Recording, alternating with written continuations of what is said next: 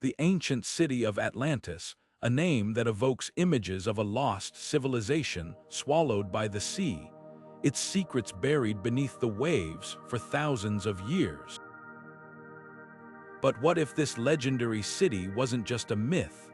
What if its story, passed down through generations, holds a kernel of truth that connects to our own history?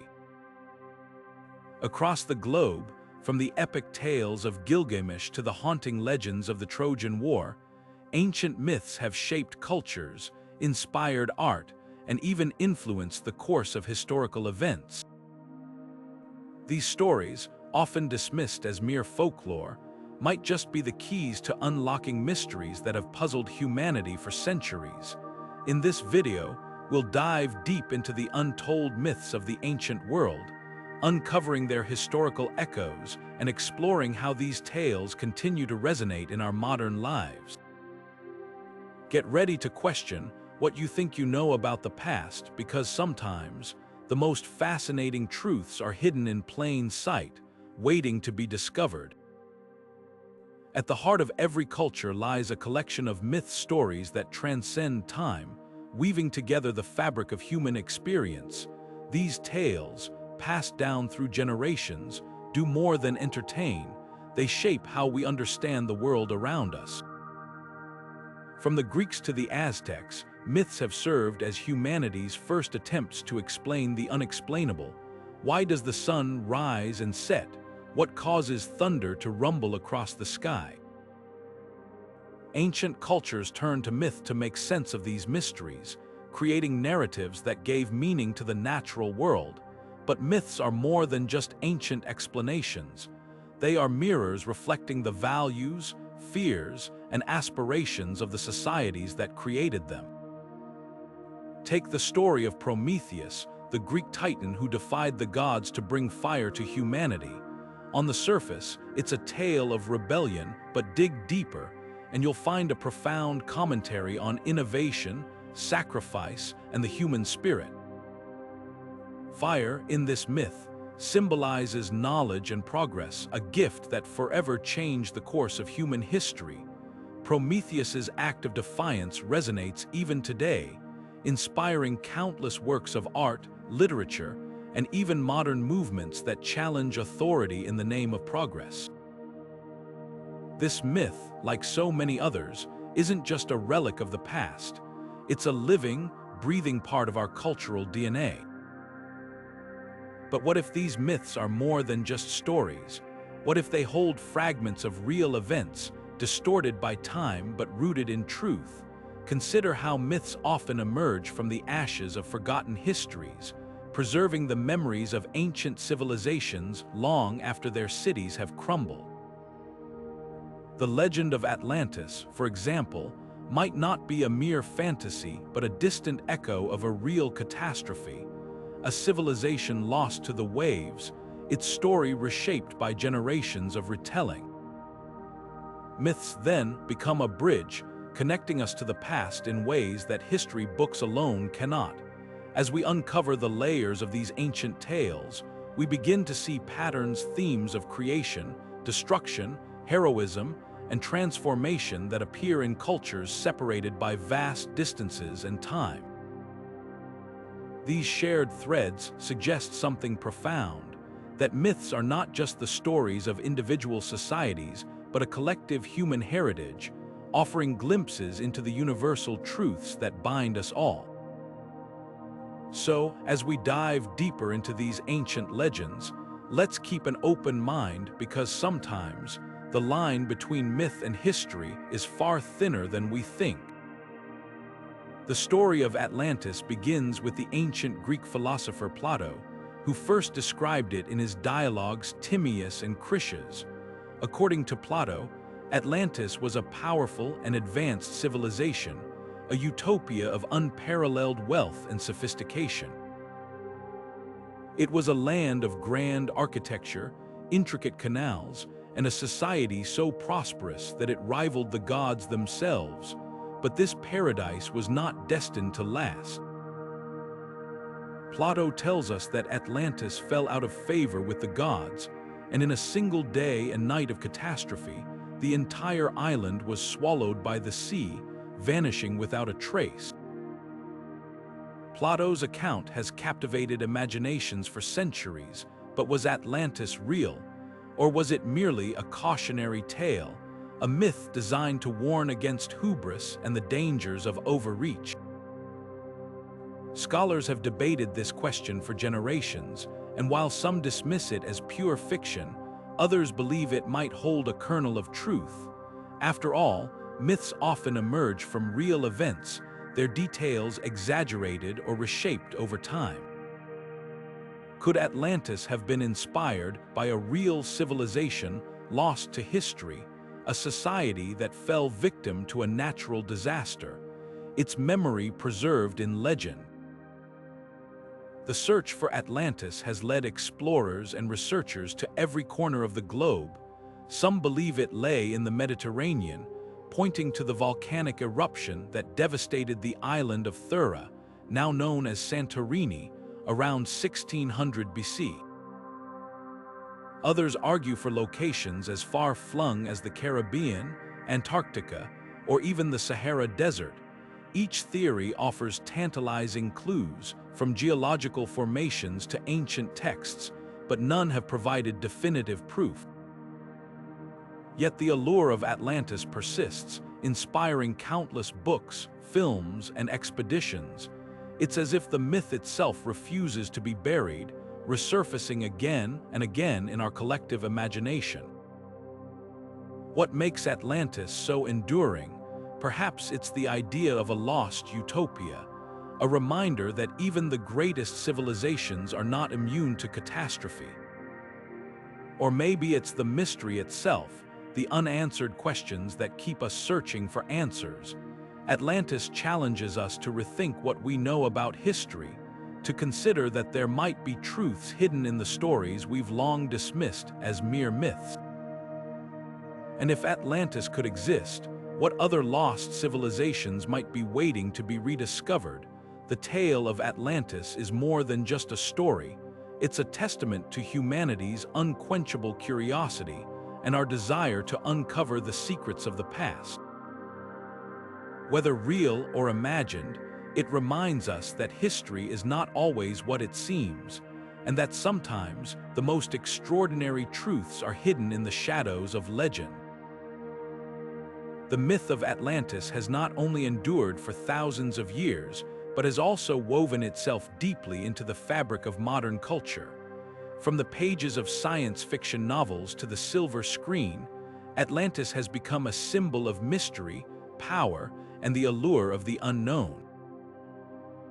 Think about films like Aquaman or Atlantis, the Lost Empire, where the sunken city is reimagined as a place of wonder and danger, a testament to humanity's fascination with the idea of a lost civilization. Even in literature, authors like Jules Verne and Arthur Conan Doyle have drawn inspiration from the legend, crafting stories that explore the possibilities of what might lie beneath the waves. But Atlantis's influence goes beyond entertainment. It has also sparked countless conspiracy theories and pseudoscientific claims. For some, the myth is not just a story, but a puzzle waiting to be solved. Could Atlantis have been a real place, its advanced technology and knowledge lost to time? Some theorists suggest it might have been home to extraterrestrial visitors or a precursor to other ancient civilizations, its secrets buried in the ocean's depths. While these ideas often lack evidence, they reveal something important: the human desire to believe in something greater, something beyond the ordinary. Perhaps the most intriguing aspect of the Atlantis myth is its potential connection to real historical events. Could the story be a collective memory of ancient cataclysms, passed down through generations? Natural disasters like volcanic eruptions, tsunamis, and earthquakes have shaped human history, wiping out entire communities and leaving survivors to tell the tale. The eruption of Thura, for example, devastated the Minoan civilization around 1600 BC, an event that might have inspired the legend of a city swallowed by the sea. Similarly, the story of Atlantis could be a metaphor for the fragility of human achievement, a reminder that even the mightiest empires can fall in the face of nature's power. This idea of a lost city resonates because it touches on something universal, the fear of impermanence. Whether it's a natural disaster, war, or the slow march of time, every civilization faces the possibility of being forgotten. Atlantis, then, becomes more than just a myth. It's a symbol of humanity's vulnerability and resilience, a story that reminds us of the delicate balance between creation and destruction. As we consider the echoes of Atlantis in our modern world, it's worth asking, what other legendary cities might have roots in real history? From the golden city of El Dorado to the fabled Shangri-La, countless myths speak of places that exist just beyond the reach of human knowledge. Could these stories, like Atlantis, be based on actual events or places, their details transformed over time? By exploring these legends, we might uncover not just the secrets of the past, but also new ways of understanding the human experience. The enduring appeal of Atlantis lies in its mystery, a mystery that invites us to question, to explore, and to dream. Whether it's a cautionary tale, a fragment of history, or a symbol of our deepest fears and desires, Atlantis continues to captivate us, proving that some stories are timeless. And as we turn our gaze to other legendary cities, we'll discover that the line between myth and history is often far more blurred than we realize, offering us a chance to see the past and ourselves in a whole new light. The city of Troy, a name that conjures images of epic battles, towering wooden horses, and the timeless struggle between heroes and fate. For centuries, the story of Troy was considered just that, a story, a myth immortalized in Homer's Iliad. Yet, what if this ancient tale wasn't just the work of a poet's imagination? What if Troy was a real place, its walls and streets once teeming with life, its fall echoing through history? This is the story of how myth and archaeology collided to reveal a truth more extraordinary than fiction. In the 19th century, a man named Heinrich Schliemann set out to prove that Troy was more than legend. Armed with little more than a copy of the Iliad and an unshakable belief in Homer's words, Schliemann embarked on a journey that would change our understanding of ancient history. He wasn't a trained archaeologist, but his passion and determination led him to the hills of modern-day Turkey, where he began to dig. What he uncovered was nothing short of astonishing, the remains of an ancient city, complete with layers of history that seemed to match Homer's descriptions. Schliemann's discovery of Troy, or more accurately, the ruins of a city that many believed to be Troy, was a turning point in the study of ancient civilizations. Here was tangible proof that the myths we once dismissed as mere stories might have roots in reality. The city's strategic location, its massive walls, and evidence of destruction by fire all seemed to align with the tale of the Trojan War. It was as if the Iliad had come to life, its characters and events stepping out of the pages of history. But Schliemann's work was far from perfect. In his eagerness to prove Homer right, he often overlooked or misinterpreted key details, and his methods were criticized by later archaeologists. Yet, despite these flaws, his discovery ignited a global fascination with the idea that other legendary cities might also be waiting to be found. If Troy could be real, what about the golden halls of El Dorado, the fabled streets of Shangri-La, or the lost kingdom of Camelot? The blending of myth and archaeology in the case of Troy raises an intriguing question. How many other ancient stories might be based on real events? Myths often serve as cultural memory, preserving the essence of historical events even as the details shift over time. The Trojan War, for example, might have been a real conflict, its heroes and villains transformed into legends through centuries of retelling. This idea challenges us to see myths not as pure fiction, but as windows into the past, offering glimpses of truths that history books alone cannot capture. Troy's rediscovery also reminds us of the power of storytelling. Homer's epic didn't just preserve the memory of a city, it shaped how we think about heroism, fate, and the human condition. The Iliad has inspired countless works of art, literature, and film, proving that the stories we tell about the past have the power to endure long after the events they describe.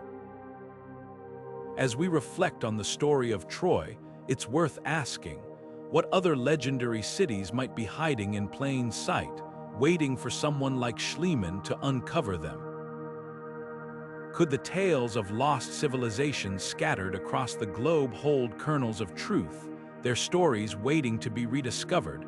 The search for these places isn't just about finding ruins, it's about understanding the people who built them, the stories they told, and the legacies they left behind. Troy's journey from myth to reality is a testament to the enduring power of human curiosity. It reminds us that history is not always what it seems, and that the line between legend and fact is often far more blurred than we realize. As we turn our attention to other ancient myths, we might just find that the past holds more secrets than we ever imagined, secrets that could change how we see ourselves and the world around us. The Trojan War has long been a cornerstone of ancient mythology, immortalized in Homer's Iliad as a conflict of gods and heroes, love and betrayal, triumph and tragedy. But was this epic battle a work of fiction, or did it have roots in actual events? This question has sparked debates among historians, archaeologists, and classicists for centuries, each side offering compelling arguments. On one hand, the Iliad is a masterpiece of storytelling, filled with larger-than-life characters and dramatic twists. On the other, there's mounting evidence to suggest that the war might have been inspired by real historical events, their details reshaped and embellished over time. Let's start with the ancient texts. Homer's Iliad and Odyssey are the primary sources of the Trojan War narrative, but they were written centuries after the events they describe, likely around the 8th century BC. While some scholars argue that these epics are purely fictional, others point to the striking level of detail in Homer's descriptions.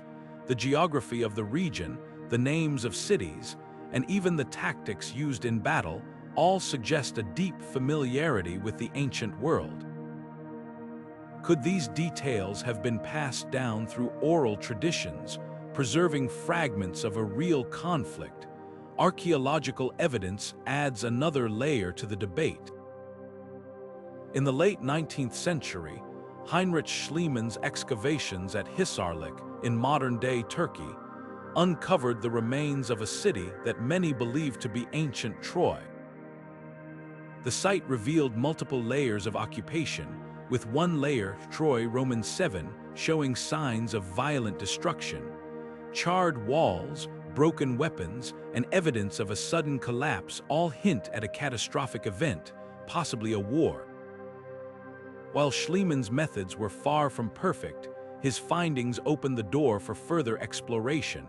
Modern archaeologists have since uncovered artifacts and structures that align with Homer's descriptions, suggesting that the city of Troy did exist and that it may have been the scene of a significant conflict. But what about the war itself? Could a single, decade-long struggle between the Greeks and Trojans have taken place as described? Some historians propose that the Trojan War might have been a series of smaller conflicts or raids, their stories merged into one grand narrative over time. Others suggest that the war was less about Helen of Troy and more about control of trade routes in the Aegean, a struggle for power and resources that Homer transformed into a tale of love and honor. The themes of the Trojan War, heroism, betrayal, fate, and the capriciousness of the gods continue to resonate with modern audiences. These are universal ideas, timeless in their appeal, which is why the story has been retold countless times in literature, art, and film. From Shakespeare's Troilus and Cressida to modern adaptations like Troy, the tale of the Trojan War speaks to something deep within us: the tension between personal ambition and collective duty, the cost of pride, and the inevitability of destiny. This blending of myth and history raises an intriguing possibility that myths often serve as mirrors, reflecting real historical conflicts through the lens of storytelling.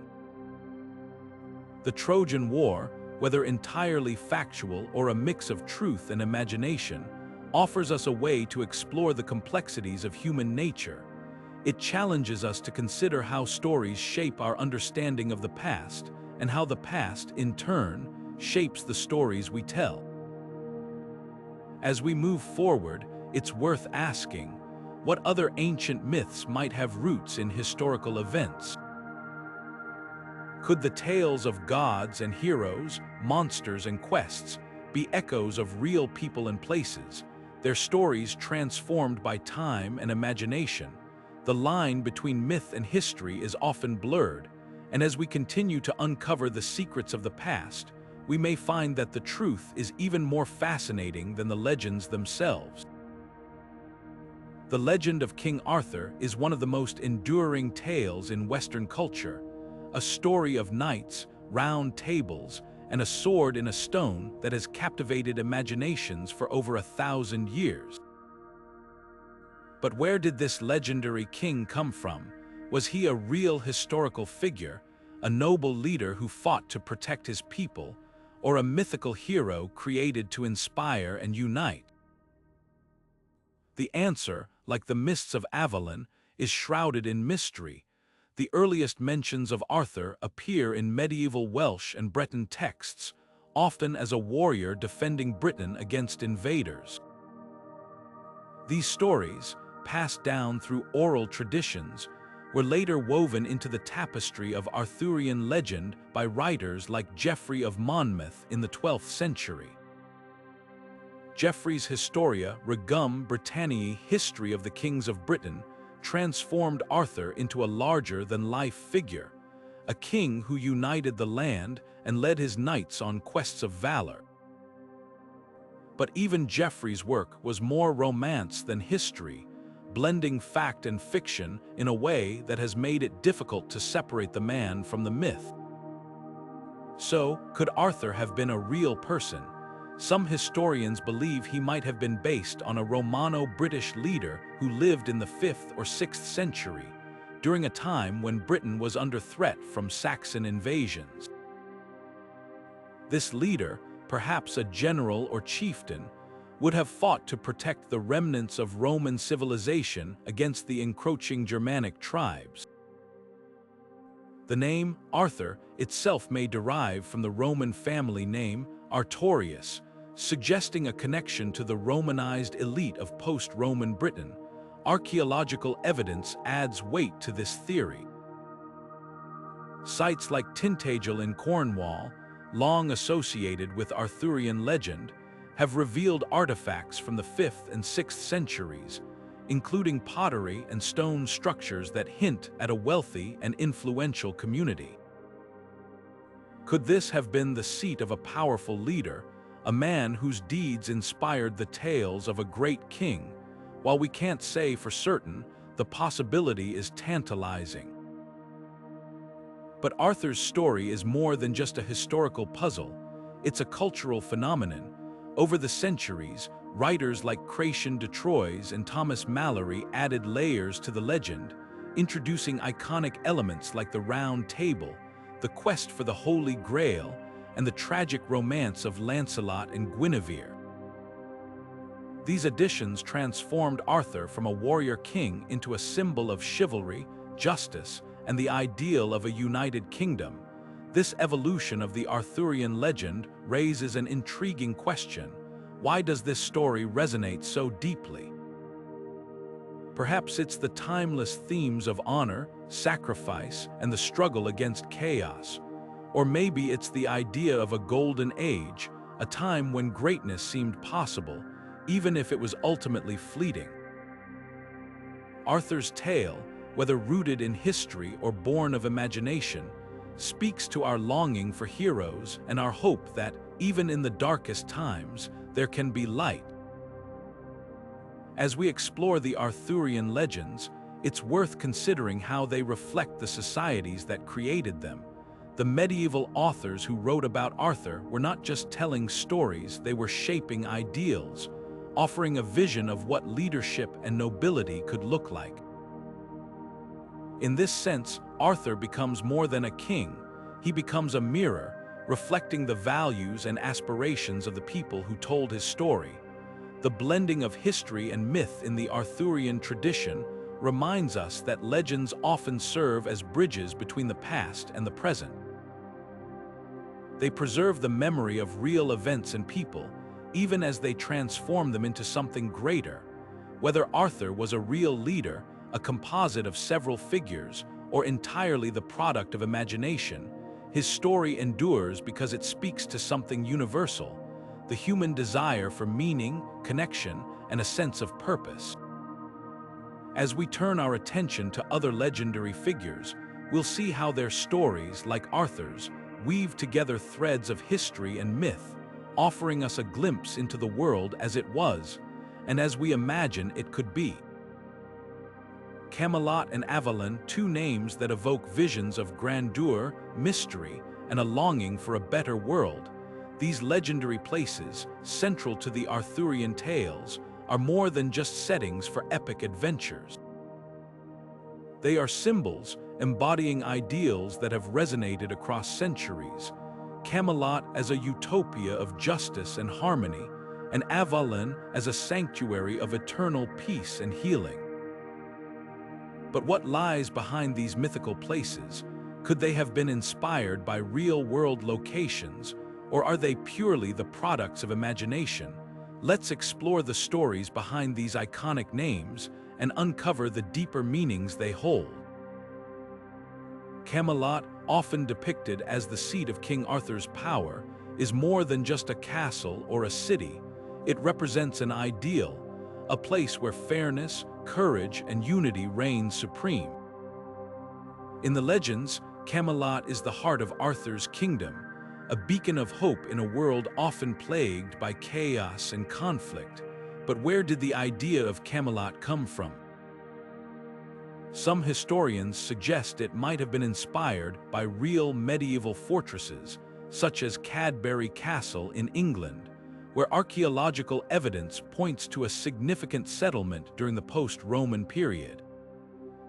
Others believe Camelot is a composite, blending elements of various locations and cultures into a single, idealized vision. What makes Camelot so enduring is not just its physical description, but what it symbolizes. It's a metaphor for the human aspiration to create a just and harmonious society, a dream that transcends time and place. Even today, the phrase Camelot is used to describe moments or places that seem to embody perfection, whether in politics, art, or personal achievement. This enduring appeal speaks to a universal desire for order and fairness, a longing that has persisted through the ages. Then there's Avalon, the mystical island where King Arthur is said to have been taken after his final battle to heal from his wounds. Unlike Camelot, Avalon is shrouded in an otherworldly aura, a place of magic and mystery. Often described as an island of apples, Avalon is a realm where time stands still, and the boundaries between the mortal world and the divine blur. Some theories link Avalon to real locations, such as Glastonbury in England, where ancient traditions and natural beauty create an atmosphere that feels almost enchanted. Avalon's significance lies in its role as a symbol of hope and renewal, It's a place where wounds are healed and the weary find rest, a metaphor for the human desire to escape suffering and find peace. In a world that can often feel chaotic and unforgiving, Avalon represents the possibility of refuge, a reminder that even in the darkest times, there is a place where light and healing can be found. Together, Camelot and Avalon reflect two sides of the same coin, the aspiration to build a better world and the hope for a sanctuary when that world falls short. These mythical places are not just relics of ancient stories, they are mirrors, reflecting our deepest desires and fears. They remind us that the pursuit of justice and peace is a timeless endeavor, one that continues to inspire us today. This brings us to an intriguing idea. Could mythical lands like Camelot and Avalon be more than just stories? Could they be metaphors, encoded with the hopes and dreams of the people who created them? Throughout history, humans have used myths to express what they value most, whether it's the ideal of a just society or the longing for a place of eternal rest. These stories, passed down through generations, become part of our cultural DNA, shaping how we see the world and our place in it. As we reflect on the legends of Camelot and Avalon, it's worth considering how these mythical places continue to influence us. They challenge us to strive for a better world, to seek justice and peace in our own lives, and to remember that even in the face of adversity, there is always the possibility of renewal. The stories of these legendary lands are not just tales of the past, they are invitations to dream, to hope, and to believe in the power of ideals. And as we turn our attention to other mythical places, we'll see how these stories, like Camelot and Avalon, offer us more than just entertainment. They provide a window into the human soul, revealing the timeless truths that connect us all. The Holy Grail, a name that conjures visions of knights on noble quests, sacred relics, and the promise of eternal life. This legendary object has captured imaginations for centuries, but what exactly is the Holy Grail? Is it a physical cup, a symbol of divine grace, or something even more elusive?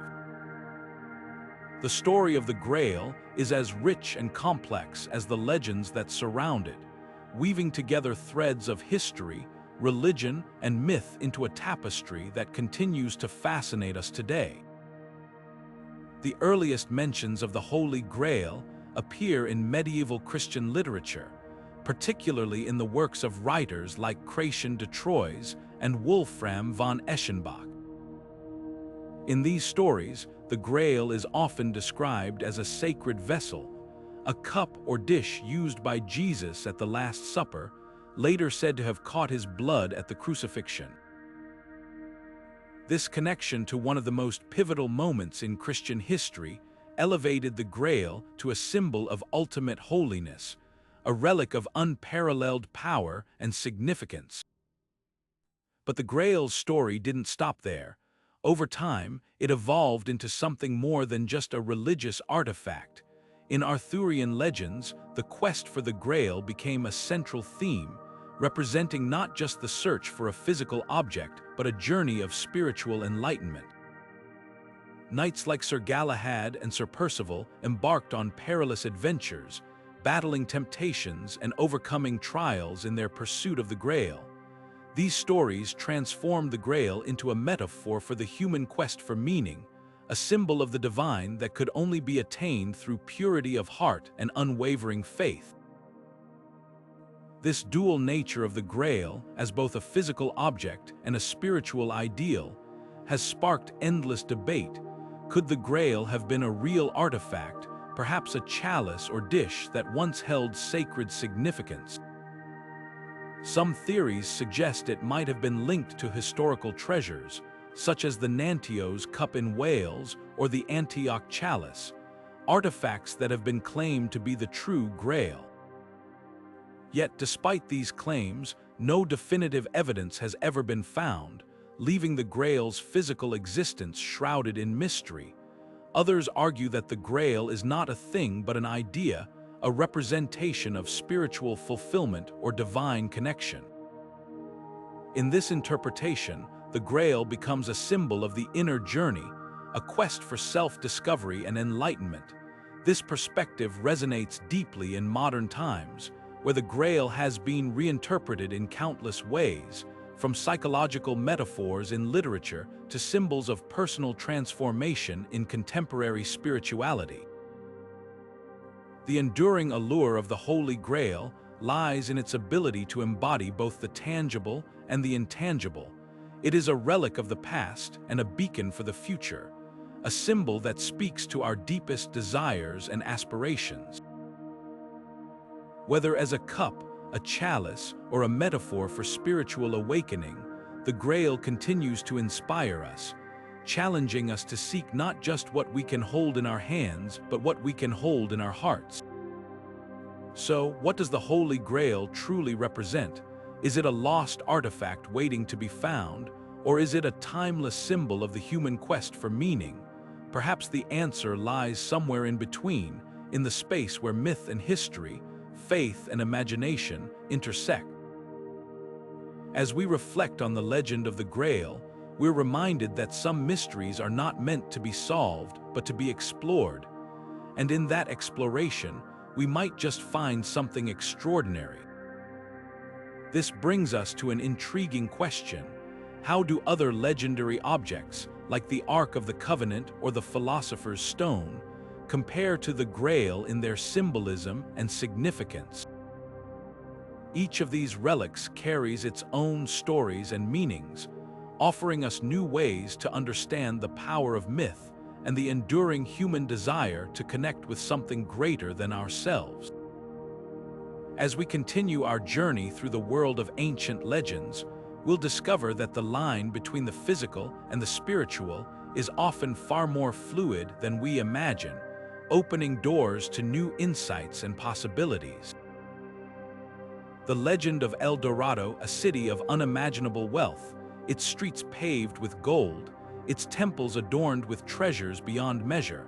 For centuries, this myth has lured explorers, adventurers, and dreamers into the uncharted heart of the Americas, driven by the promise of riches and glory. But what began as a tale of wonder soon became a story of obsession, greed, and devastation. The search for El Dorado is not just a chapter in the history of exploration. It's a cautionary tale about the power of myth to shape human destiny. The origins of El Dorado are rooted in the traditions of the Muisca people, an indigenous civilization in what is now Colombia. According to their rituals, a new leader would cover himself in gold dust and dive into the sacred lake Guatavita as an offering to the gods. This ceremony, known as the Gilded One, or El Dorado in Spanish, became the seed of a legend that would grow far beyond its original context. When Spanish conquistadors arrived in the Americas, they heard fragments of this story and transformed it into something far grander, a city of gold, hidden deep in the jungle, waiting to be discovered. The Spanish obsession with El Dorado drove them to mount expedition after expedition, plunging into the dense rainforests and treacherous mountains of South America. These quests were fueled by a mix of ambition and desperation, as the promise of gold became a way to justify the immense risks and costs of exploration. Yet for every step forward, the elusive city seemed to retreat further into myth. The search for El Dorado became a symbol of the human tendency to chase after the impossible, to believe in a paradise just out of reach. But the consequences of this quest were far from mythical. The relentless pursuit of gold led to the exploitation and suffering of countless indigenous peoples. Entire communities were enslaved, displaced, or wiped out in the name of conquest. The environment, too, paid a heavy price as forests were razed and rivers polluted in the hunt for treasure. The myth of El Dorado, once a story of wonder, became intertwined with the darker chapters of colonialism, revealing how myths can be twisted to serve the ambitions of the powerful.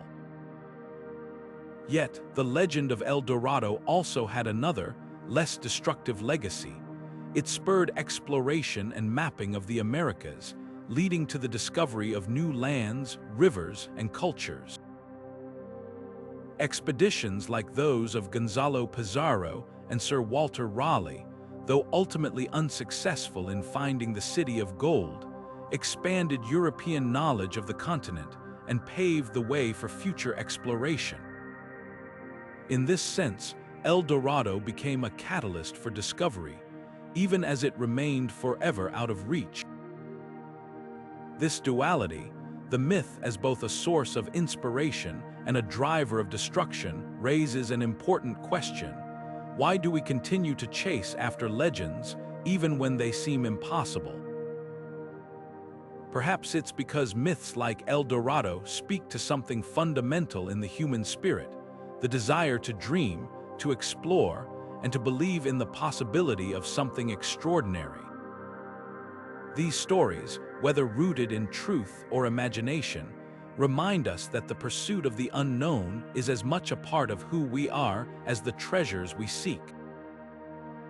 As we reflect on the legacy of El Dorado, it's worth considering how other myths have shaped our history and our ambitions. From the golden halls of Atlantis to the fabled riches of Shangri-La, these stories have driven us to push the boundaries of what we know, to venture into the unknown in search of something greater. But they also remind us of the cost of that pursuit: the lives lost, the cultures disrupted, the environments altered. The story of El Dorado is not just a tale of gold, it's a mirror reflecting both the heights of human aspiration and the depths of its consequences. And so, the legend endures, not as a map to hidden treasure, but as a testament to the power of myth to inspire, to challenge, and to transform. Whether real or imagined, El Dorado continues to captivate us, reminding us that the greatest treasures are often not the ones we find, but the journeys we take in search of them. The myth of El Dorado is more than just a tale of a golden city. It's a mirror reflecting the darker impulses of human nature. At its core, the legend is a story of greed, ambition, and the lengths to which people will go in pursuit of wealth and power. When Spanish conquistadors first heard whispers of a city drenched in gold, they didn't just see a myth, they saw an opportunity. For them, El Dorado wasn't just a place, it was a promise, a chance to secure unimaginable riches and elevate themselves to legendary status. But this promise came at a cost, one that would leave an indelible mark on history. The colonial quest for El Dorado was driven by a relentless hunger for wealth, a hunger that often outweighed any moral or ethical considerations. Expeditions were mounted, not out of curiosity or a desire to explore, but out of a single-minded obsession with gold.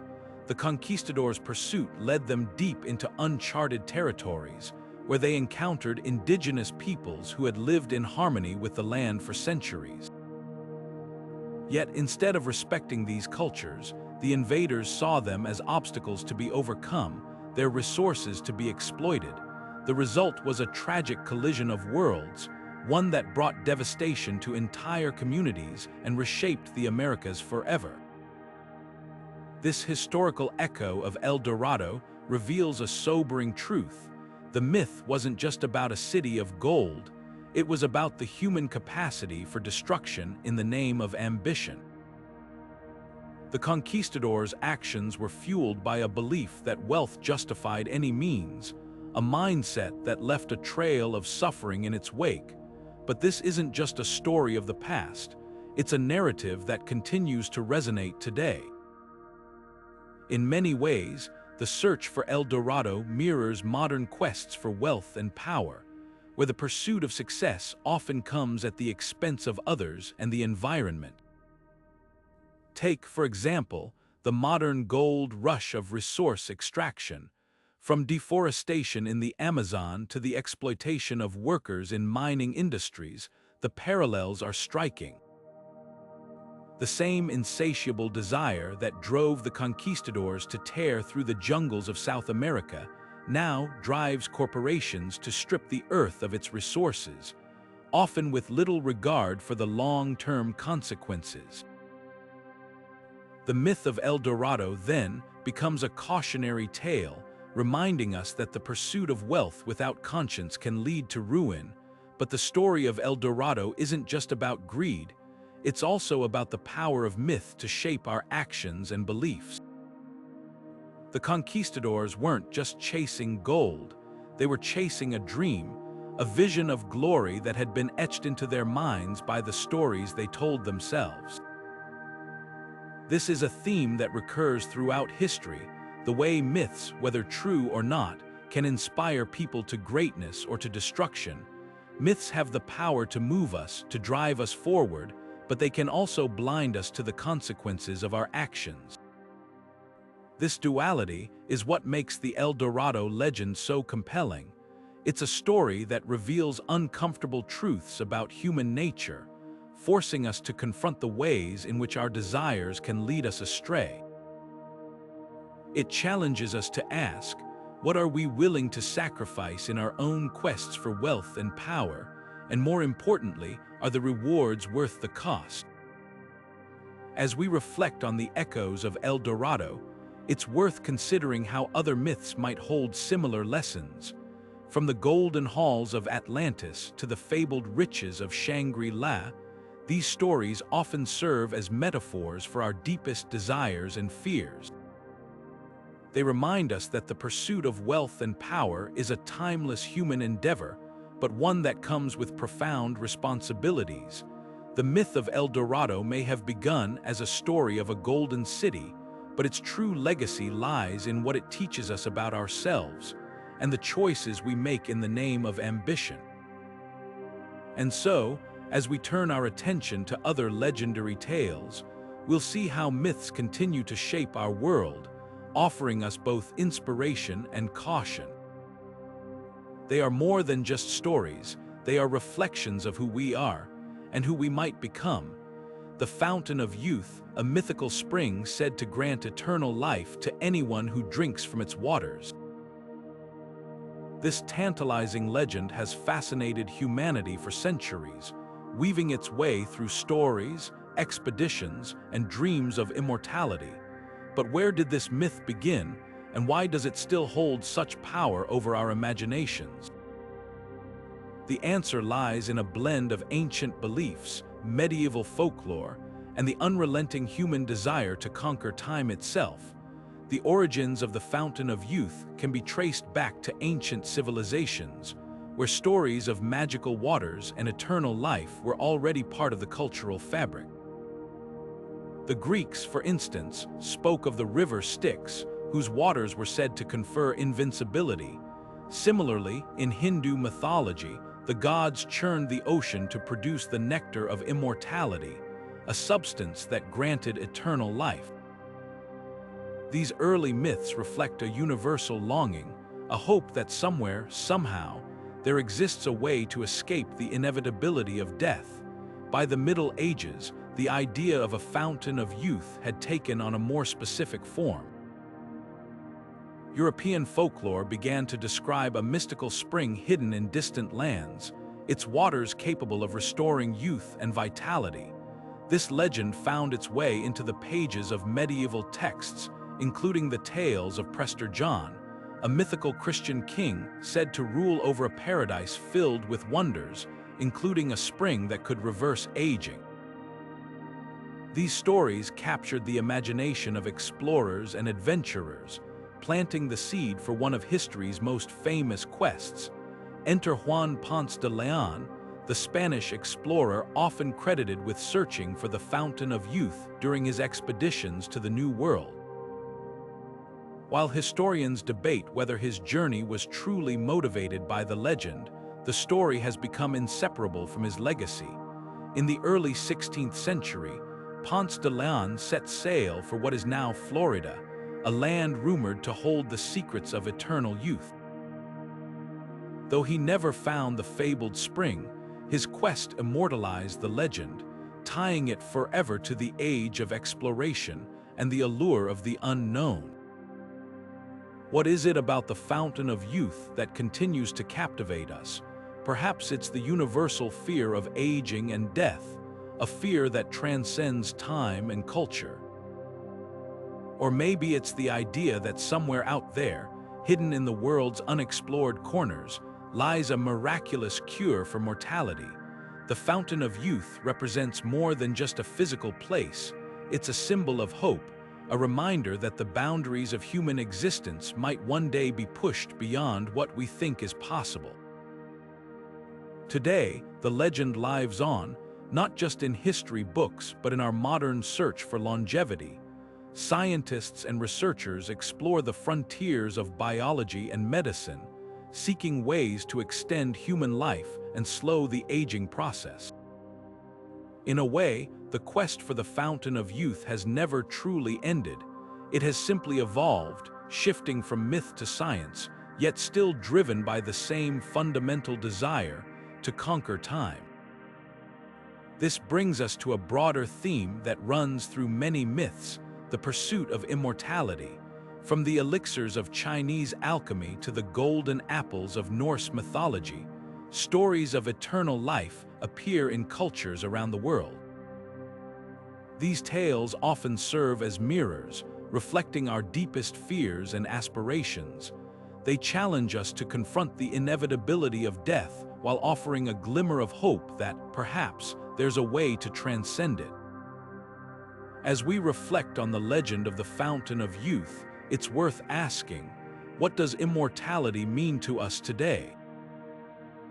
Is it the promise of endless years, or is it something more profound, a legacy that outlives us, a story that continues to inspire long after we're gone?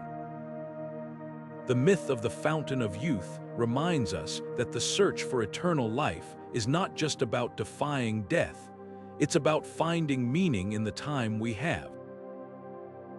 And so, as we move forward, we'll explore how other myths of immortality have shaped our understanding of life, death, and what lies beyond. These stories, whether rooted in ancient lore or modern science, continue to challenge us, offering new ways to think about the mysteries of existence and the timeless human quest to leave a lasting mark on the world. The quest for immortality is one of humanity's oldest and most enduring themes, appearing in myths and legends across cultures and continents. From the ancient Mesopotamian epic of Gilgamesh to the mystical tales of Chinese alchemy, stories of eternal life reveal a universal longing, a desire to transcend the limits of mortality and grasp something eternal. But what do these myths tell us about our relationship with life, death, and the unknown? Let's journey through some of the most fascinating tales of immortality and uncover the deeper truths they hold. One of the earliest and most profound explorations of immortality comes from the Epic of Gilgamesh, a Mesopotamian poem dating back to the 3rd millennium BC.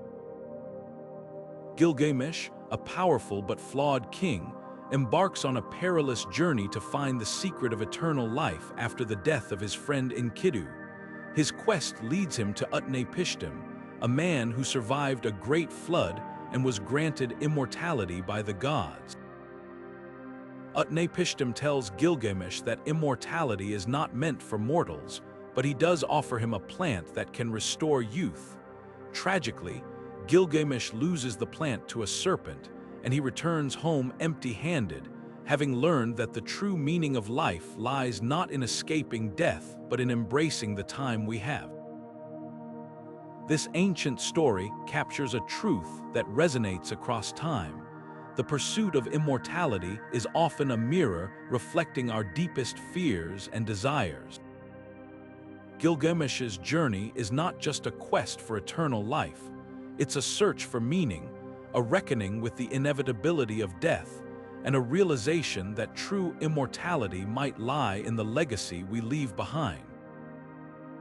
Moving eastward, we find a different perspective on eternal life in Chinese mythology. Here, the quest for immortality is deeply tied to the practice of alchemy and the search for the elixir of life. Legends speak of the 8 immortals, divine beings who achieved eternal life through spiritual enlightenment and mastery of the natural world.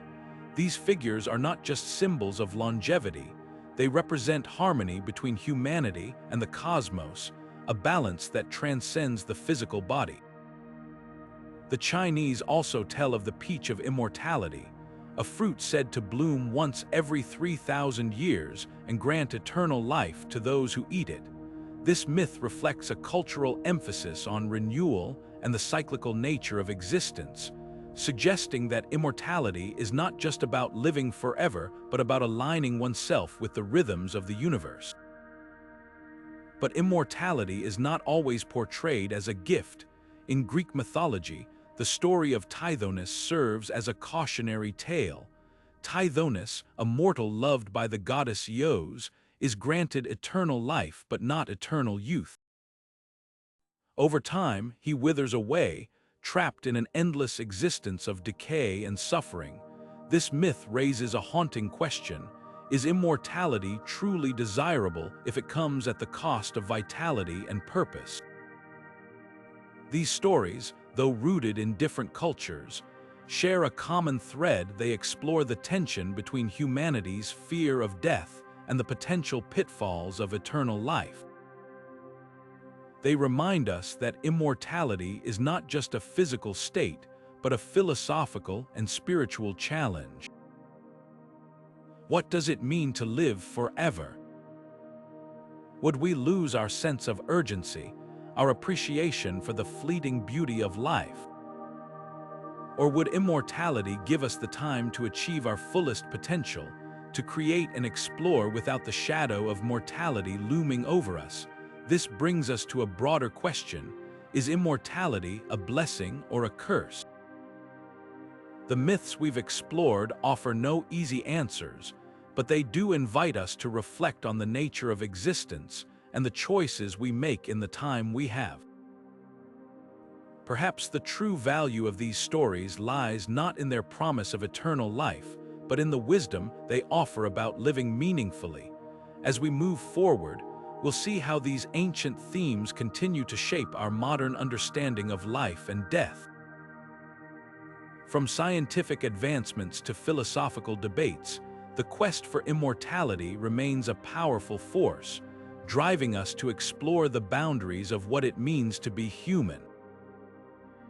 And as we do, we'll discover that the line between myth and reality is often far more fluid than we imagine, offering us new ways to think about the mysteries of existence and the timeless human desire to leave a lasting mark on the world. The phoenix, a magnificent bird born from fire, rising anew from its own ashes, this iconic symbol of rebirth and renewal has captivated imaginations for thousands of years, appearing in myths from ancient Egypt to the pages of modern literature. But what is it about the phoenix that makes it so universally resonant?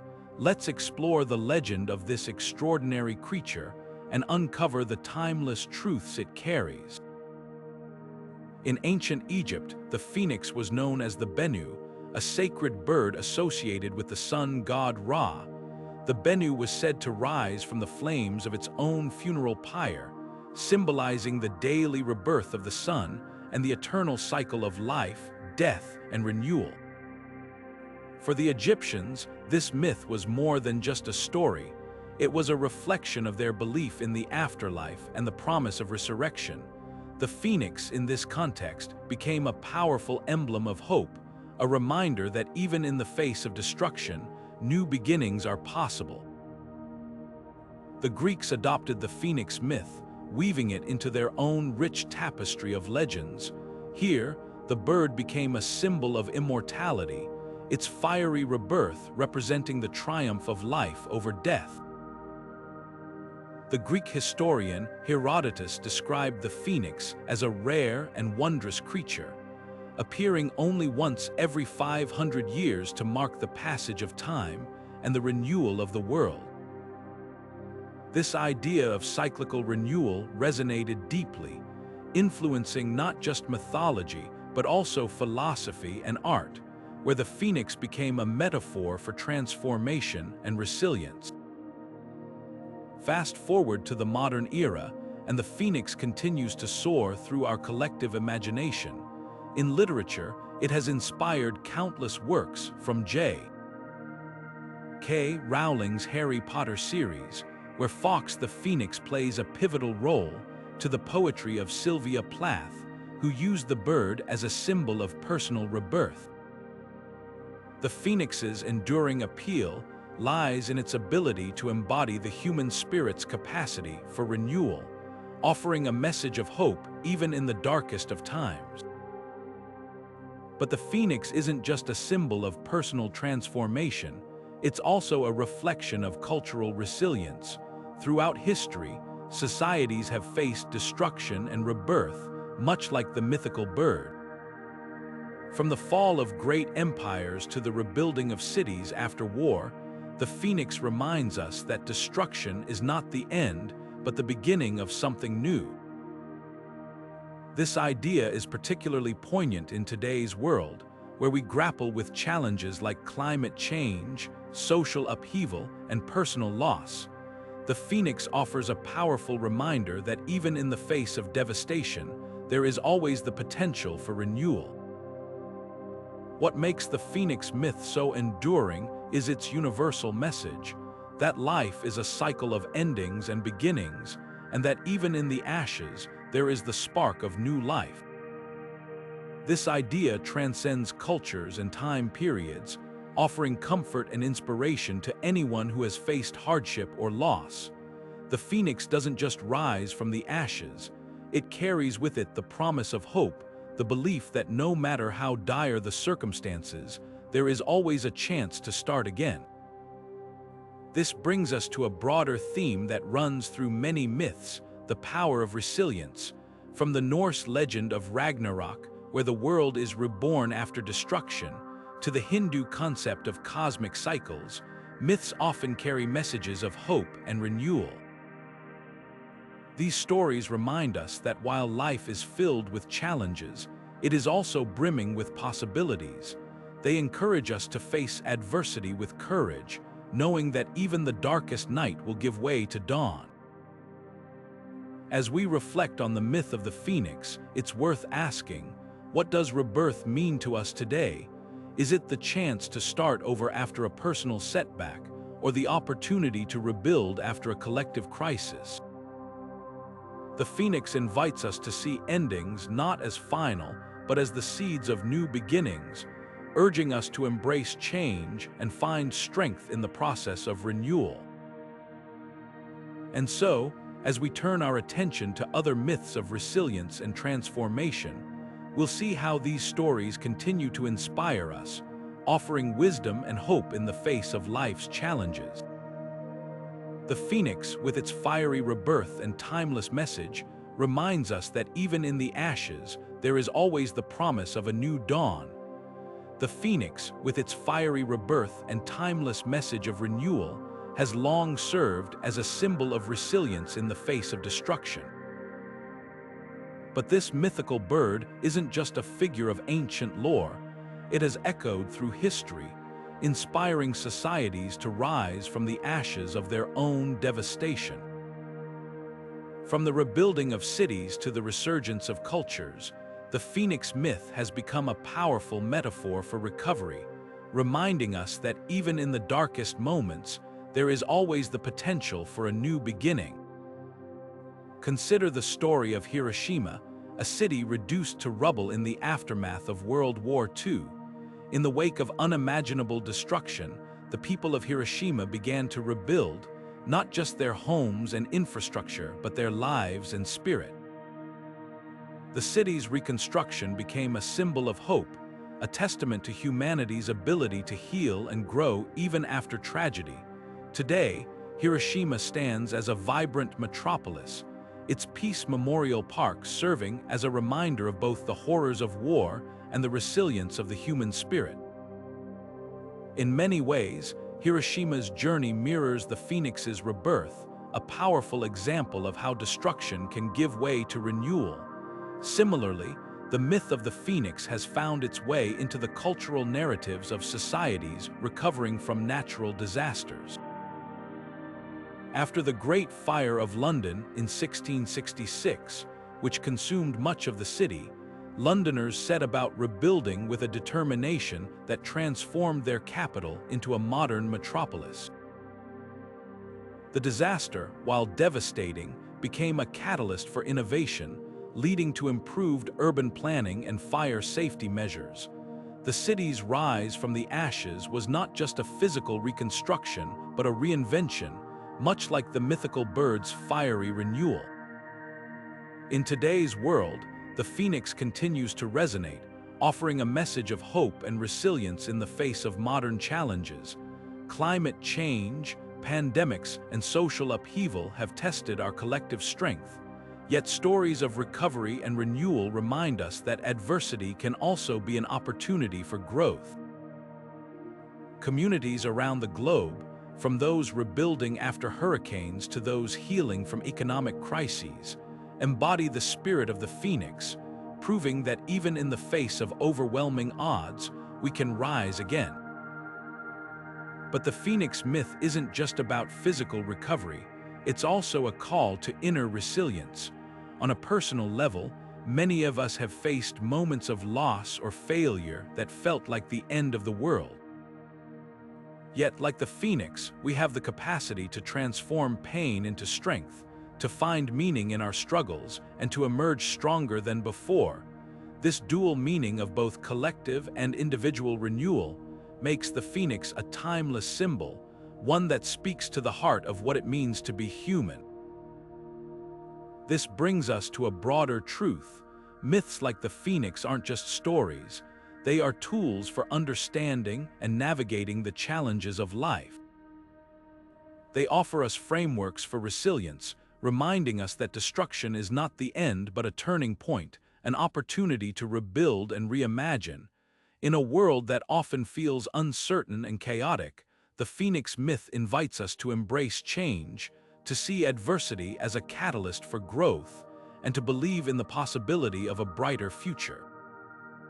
As we reflect on the historical echoes of the phoenix, it's worth considering how other myths might inspire us in similar ways. From the Norse legend of Ragnarok, where the world is reborn after destruction, to the Hindu concept of cosmic cycles, myths often carry messages of hope and renewal.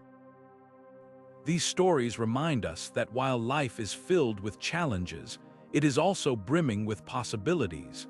They encourage us to face adversity with courage, knowing that even the darkest night will give way to dawn.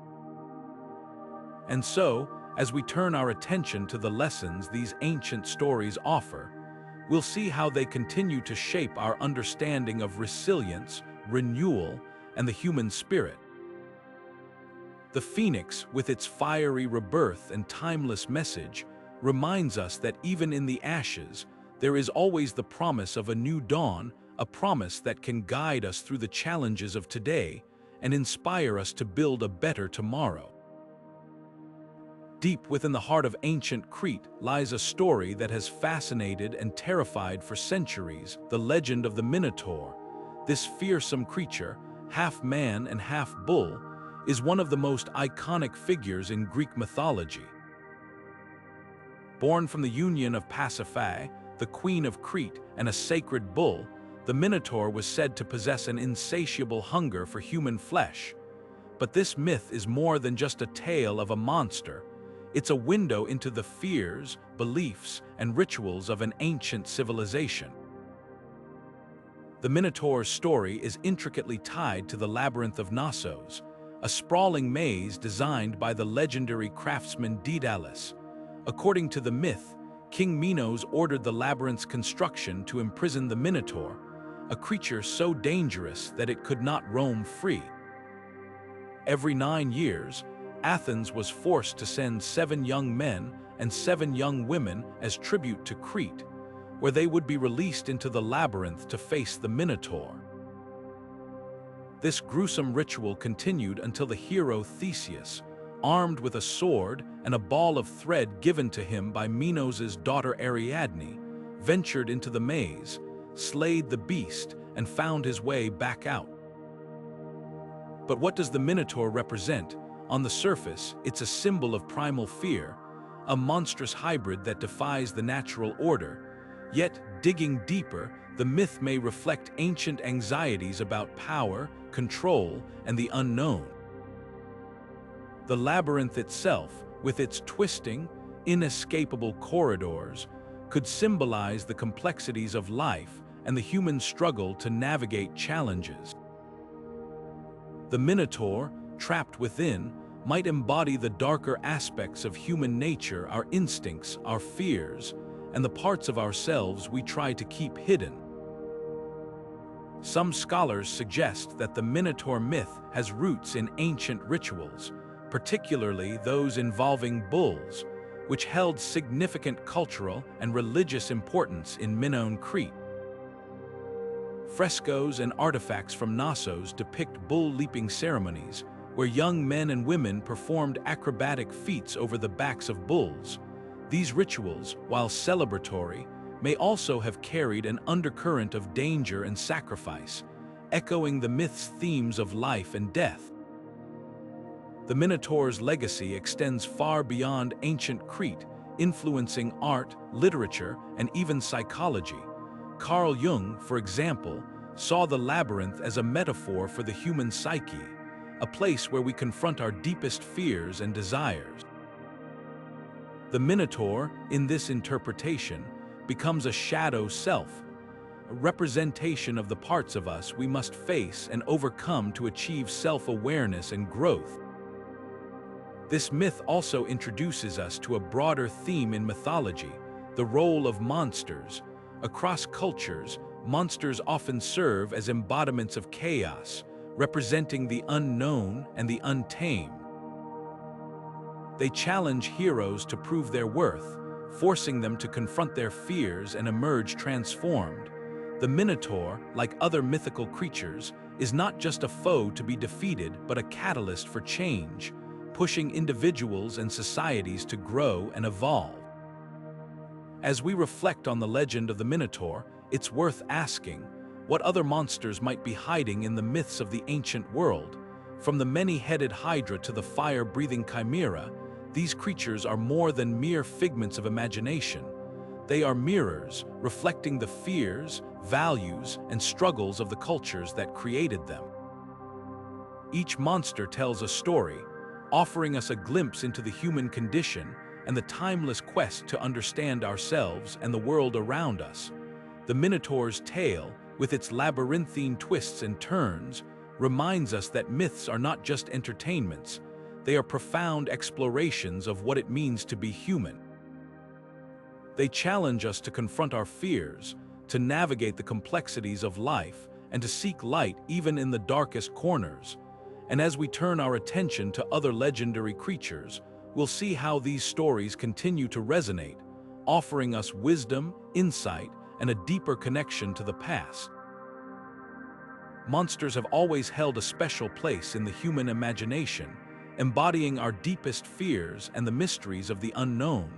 From the fiery chimera of Greek mythology to the colossal wolf Fenrir of Norse legend, these creatures are more than just terrifying adversaries. They are symbols, reflecting the anxieties and challenges of the societies that created them. But why do these monstrous figures appear so prominently in myths across cultures? And what can they teach us about the human experience? Take the chimera, for example. This fearsome creature, with its lion's body, goat's head, and serpent's tail, was said to breathe fire and wreak havoc across the land. On the surface, it's a terrifying monster, but look closer, and you'll see that the chimera represents something deeper, the chaos of the natural world. For ancient Greeks, who lived in a landscape prone to earthquakes, storms, and volcanic eruptions, the chimera might have symbolized the unpredictable forces of nature, forces that could destroy as easily as they could create. In Norse mythology, Fenrir, the monstrous wolf, plays a similarly symbolic role. Born to the trickster god Loki, Fenrir is prophesied to bring about the end of the world during Ragnarok, the Norse apocalypse.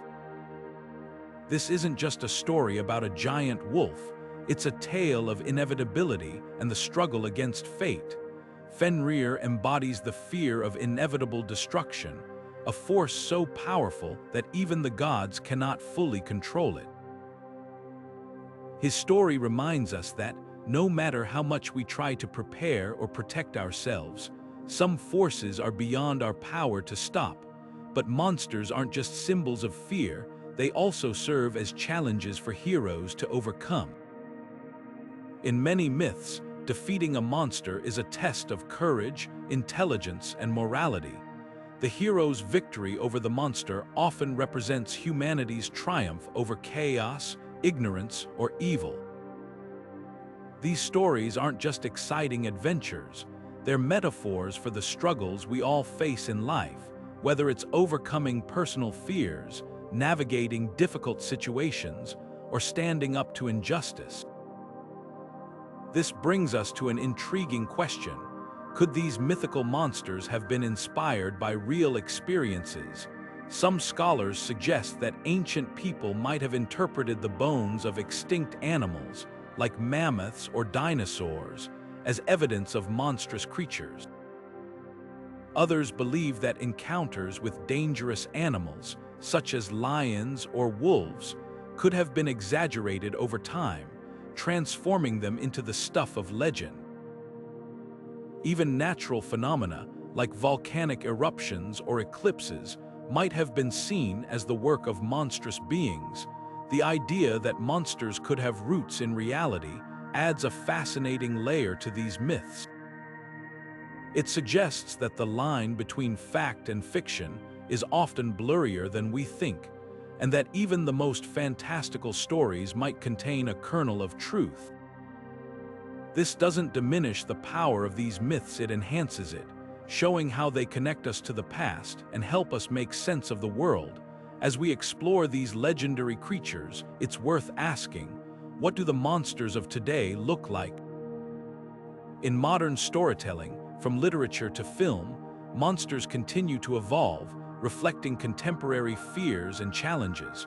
Whether it's the existential dread of a climate crisis or the unseen threats of a pandemic, modern monsters remind us that the human imagination is as powerful as ever, finding new ways to confront the unknown. The enduring appeal of monsters lies in their ability to embody our fears and challenges, while also offering us a way to confront and overcome them. They are not just creatures of myth, they are mirrors, reflecting the complexities of the human condition. And as we continue to tell their stories, we keep alive the timeless truth that even in the face of the unknown, there is always the possibility of courage, resilience, and hope. So, what other legendary creatures might be waiting to be explored? From the serpentine dragons of East Asia to the shape-shifting tricksters of Native American folklore, the world of mythical monsters is vast and varied. Each one carries its own lessons and insights, offering us new ways to understand the fears, values, and dreams of the cultures that created them. And as we uncover their stories, we might just find that the line between monster and myth is far more fluid than we ever imagined. The idea that mythical monsters might have roots in reality is a fascinating one. Could these legendary creatures, from the fire-breathing dragons of Europe to the serpentine nagas of South Asia, have been inspired by real animals, natural phenomena, or even the deepest fears of the human psyche? Let's explore how these monstrous figures might have emerged from the shadows of the natural world, and how they continue to haunt our modern imaginations. Consider the dragon, a creature that appears in myths across cultures, from the coiled serpents of Chinese folklore to the fearsome worms of Norse sagas. While dragons are often depicted as fantastical beings, Some scholars suggest they might have been inspired by real creatures. For example, the discovery of dinosaur fossils could have sparked tales of giant, reptilian beasts roaming the earth. Ancient people, finding enormous bones or teeth, might have imagined these remains belonged to living monsters, their stories growing more elaborate with each retelling. Similarly, encounters with large predators like crocodiles or Komodo dragons could have fueled legends of scaled, fire-breathing creatures.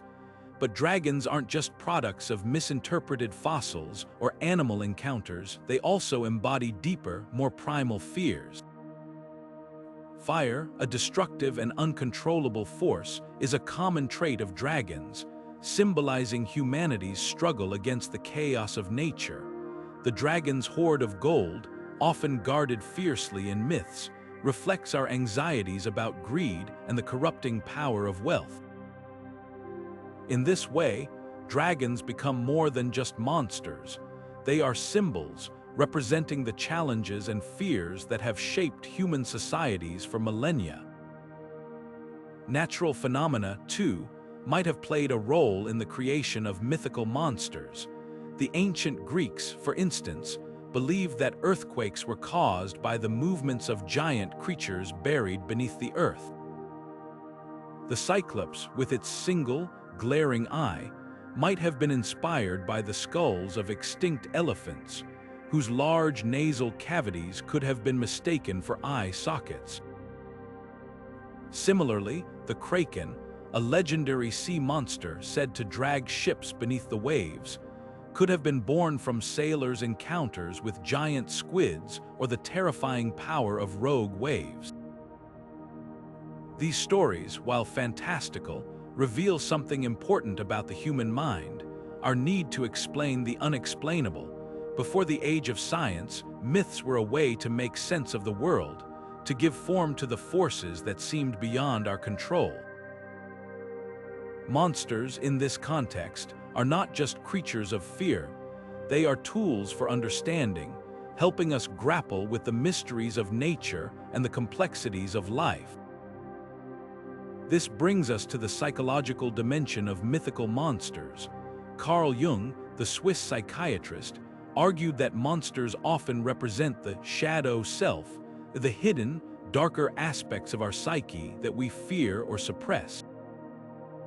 The Minotaur, trapped in its labyrinth, might symbolize the parts of ourselves we try to keep hidden, while the Hydra, with its many heads, could represent the overwhelming nature of our fears, which seem to multiply when we try to confront them.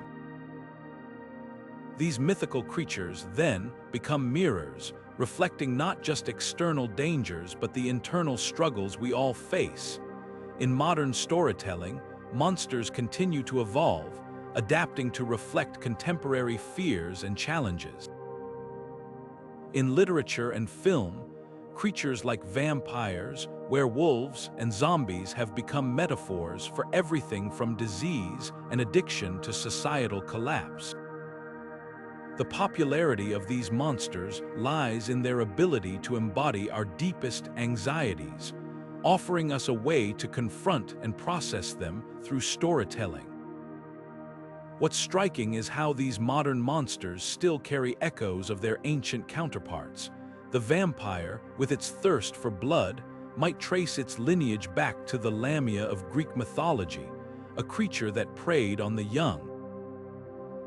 The werewolf, a symbol of transformation and the animal within, has roots in tales of shape-shifters from cultures around the world. Even the zombie, a relatively recent addition to the monster pantheon, taps into ancient fears of death and the loss of individuality. This blending of old and new raises an intriguing question. Why do we keep reinventing these creatures? Perhaps it's because monsters, in all their forms, serve as a kind of cultural barometer, reflecting the fears and challenges of their time. They remind us that, while the world changes, the human experience remains deeply connected to the stories we tell, stories that help us navigate the unknown and find meaning in the chaos. As we reflect on the historical echoes of mythical monsters, it's worth considering how these stories blur the line between reality and imagination. Myths are not just flights of fancy, they are rooted in the human experience, drawing from the natural world, the psyche, and the collective fears of societies. They remind us that the monsters we create are not just figments of imagination, they are mirrors, reflecting our deepest fears, our greatest challenges, and our enduring quest to make sense of the world. And so, as we turn our attention to the next chapter of our exploration, we'll see how these ancient tales continue to shape our modern world, offering us new ways to understand the past and navigate the complexities of the present. The monsters of myth may be creatures of the imagination, but their echoes are very real, reminding us that the line between myth and reality is often far more fluid than we think. The vast, dark waters of the North Atlantic have long been a source of mystery and fear, a place where sailors whispered tales of unimaginable horrors lurking beneath the waves.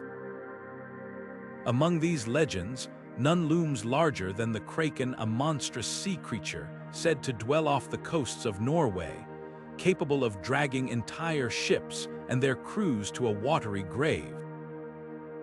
With tentacles as thick as tree trunks and eyes that glowed like lanterns in the deep, the Kraken became the stuff of nightmares, a symbol of the ocean's untamed power. But where did this terrifying legend come from? And could there be a kernel of truth hidden within the myth? The earliest accounts of the Kraken appear in Scandinavian folklore, where it was described as a colossal beast that could rise from the depths without warning. Sailors told stories of calm seas suddenly churning into chaos, of ships being pulled under by unseen forces, and of monstrous tentacles wrapping around hulls like serpents. These tales were more than just campfire stories, they were warnings, a way to explain the dangers of the open sea and the unknown horrors that might lie beneath its surface. But what if the Kraken wasn't just a figment of imagination? What if it was born from encounters with real marine creatures, their size and power exaggerated over time? Enter the giant squid, a deep sea dweller that can grow up to 43 feet in length, with tentacles lined with suction cups and a beak capable of crushing prey. While these creatures are elusive, rarely seen by humans, their occasional appearances, often as carcasses washed ashore or tangled in fishing nets, could have sparked the legends of the Kraken. Imagine a medieval sailor, unfamiliar with such a creature, stumbling upon the remains of a giant squid. It's easy to see how such a discovery could fuel stories of a monstrous beast capable of sinking ships. Even the Kraken's behavior, as described in myths, bears a striking resemblance to the habits of giant squids and their relatives, the colossal squids. These creatures are known to inhabit the deep ocean, emerging only to hunt or when disturbed. Their powerful tentacles and ability to move quickly through the water could easily be interpreted as attacks by a malevolent sea monster. Add to this the fact that the ocean, even today, remains one of the least explored and understood parts of our planet, and it's no wonder that ancient mariners filled its depths with creatures of their imagination. Yet, the Kraken's legacy extends beyond its possible origins in marine biology. This mythical creature has become a cultural icon, appearing in literature, art, and even modern media. From Jules Verne's 20,000 Leagues Under the Sea to the blockbuster Pirates of the Caribbean films, the Kraken continues to captivate audiences, its image evolving with the times, but always retaining its essence as a symbol of the ocean's mystery and danger. What makes the Kraken so enduring is its ability to embody humanity's relationship with the unknown. The ocean, vast and unfathomable, has always been a source of both wonder and fear. The Kraken represents the primal fear of what lies beneath the surface, a reminder that no matter how much we explore or discover, there will always be mysteries we cannot fully comprehend. This duality of fascination and terror is at the heart of the Kraken myth, and it's what makes the story resonate even in our modern, scientifically advanced world. The Kraken also invites us to consider how myths often arise from encounters with the unknown. Whether it's the sighting of a strange creature, the experience of a natural phenomenon, or the discovery of something beyond our understanding, myths serve as a way to make sense of the inexplicable. They transform fear into narrative, giving us a way to process and share our experiences. In this sense, the Kraken is more than just a sea monster. It's a reflection of our collective imagination, a testament to the power of storytelling to shape our understanding of the world. As we reflect on the legend of the Kraken, it's worth asking, what other myths might have been born from encounters with the unknown? From the dragons said to guard hidden treasures to the thunderbirds believed to control the skies, these stories offer us a way to explore the boundaries between reality and imagination. They remind us that the world is full of mysteries and that sometimes the most extraordinary truths are hidden in the tales we tell.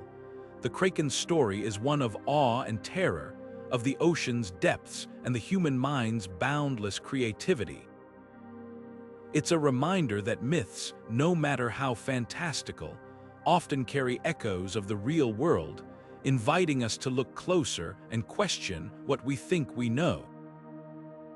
And as we continue to explore the legends of the past, we might just find that the line between myth and reality is far more fluid than we ever imagined. The Kraken's shadow stretches far beyond the icy waters of the North Atlantic, weaving its way into the fabric of maritime folklore and modern imagination. For centuries, this legendary sea monster has been more than just a tale of terror. It's been a symbol of the ocean's vast, untamed power, a reminder of the dangers lurking beneath the waves. Sailors' stories of the Kraken weren't just campfire tales. They were survival lessons, cautionary whispers passed from one generation to the next about the perils of the deep. These stories shaped how we perceive the ocean not just as a source of life and trade, but as a realm of mystery and danger, where the line between reality and myth blurs. This influence didn't stop at the edge of the sea.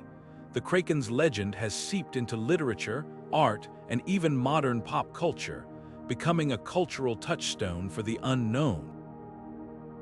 Take Jules Verne's 20,000 Leagues Under the Sea, where the Kraken makes a dramatic appearance, embodying the ocean's unpredictable fury.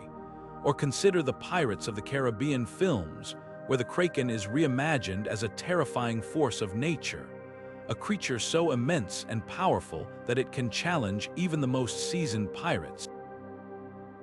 These adaptations keep the Kraken alive in our collective imagination, ensuring that its legacy endures far beyond its origins in Scandinavian folklore.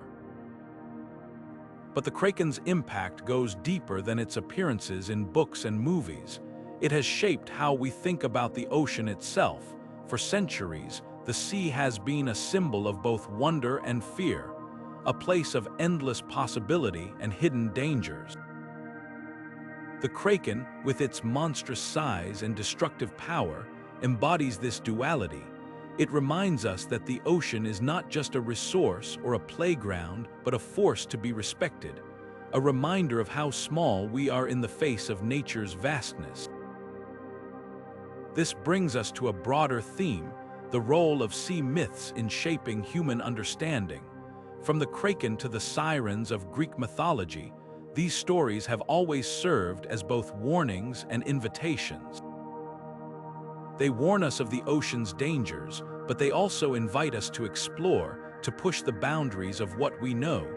In a way, myths like the Kraken are a kind of map, guiding us through the unknown while reminding us of the risks that come with venturing too far. Today, as we uncover more about the ocean's mysteries through science and exploration, the Kraken's legacy continues to evolve. Modern discoveries, like the giant squid and other deep-sea creatures, offer real-world counterparts to the mythical monster, blurring the line between legend and reality. Yet, even as we learn more about the ocean's depths, the Kraken remains a powerful symbol, a reminder that there will always be mysteries we haven't yet solved, creatures we haven't yet discovered. This enduring fascination with the Kraken and other sea myths speaks to something fundamental about human nature, our desire to explore the unknown, even as we fear what we might find. These stories, whether ancient or modern, challenge us to confront our fears and embrace the wonder of discovery. They remind us that the ocean, like the myths it inspires, is a place of endless possibility, a realm where the line between reality and imagination is often as fluid as the waves themselves. As we turn our attention to other sea myths, we'll see how these stories continue to shape our understanding of the ocean and our place within it. From the seductive sirens to the elusive mermaids, each myth offers a unique perspective on the mysteries of the deep, inviting us to dive deeper into the stories that have captivated humanity for centuries. The Kraken may be a creature of legend, but its echoes are very real, reminding us that the ocean's greatest treasures are often hidden in the tales we tell. The ocean has always been a source of both awe and fear, its vast, uncharted waters inspiring myths and legends in cultures across the globe. From the Polynesian god Tangaroa to the Greek deity Poseidon, these stories reveal how humanity has grappled with the ocean's power, mystery, and unpredictability. Each culture's myths reflect not only their environment, but also their values, fears, and aspirations, offering us a glimpse into how people have understood and interacted with the natural world throughout history. In Polynesian mythology, Tangaroa is one of the most revered gods, embodying the sea's life-giving and destructive forces. Known as the creator of all sea creatures and the guardian of the ocean's depths, Tangaroa is both a provider and a punisher. Fishermen would pray to him for a bountiful catch, but they also knew to respect his temper. Storms and rough seas were seen as signs of his displeasure. This duality highlights the Polynesians' deep connection to the ocean, which was both a source of sustenance and a formidable force to be reckoned with. For a seafaring people, Tangaroa's myth served as a reminder of the ocean's power and the need for harmony with nature. On the other side of the world, the ancient Greeks worshipped Poseidon, the god of the sea, earthquakes, and horses. Often depicted with a trident, Poseidon was a figure of immense strength and volatility, capable of calming the waves or summoning devastating storms. His temperamental nature mirrored the Greeks' own experiences with the Mediterranean Sea, which could be both a vital trade route and a deadly hazard. Poseidon's myths also reflect the Greeks' worldview, where the sea was a boundary between the known and the unknown, a place where heroes faced trials and gods tested mortals. In this way, Poseidon became not just a deity but a symbol of humanity's struggle to navigate life's uncertainties. These two myths, though separated by geography and culture, share a common thread. They both portray the ocean as a force that must be respected and appeased. But they also reveal deeper truths about how people understand the natural world. For the Polynesians, Tangaroa's connection to creation and destruction reflects a belief in the interconnectedness of all life, where humans are part of a larger ecosystem. For the Greeks, Poseidon's unpredictable nature symbolizes the chaos that lies beyond human control, a reminder of the limits of our power in the face of nature's might. This brings us to a broader question. What do these myths reveal about humanity's relationship with the ocean? In many ways, they serve as mirrors, reflecting our fears, hopes, and attempts to make sense of the world around us.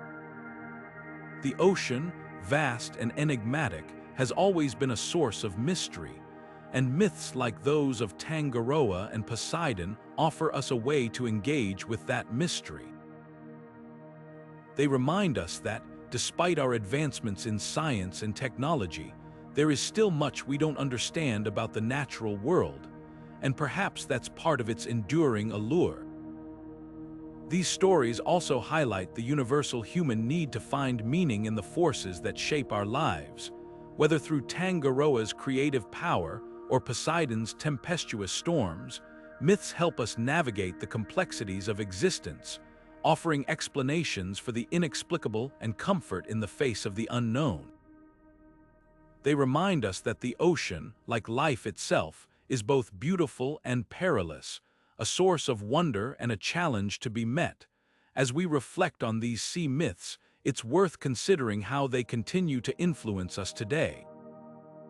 From modern depictions of sea gods in literature and film to the environmental movement's emphasis on preserving the ocean, the stories of Tangaroa and Poseidon resonate in new ways. They invite us to think about our own relationship with the natural world, encouraging us to respect its power and cherish its beauty.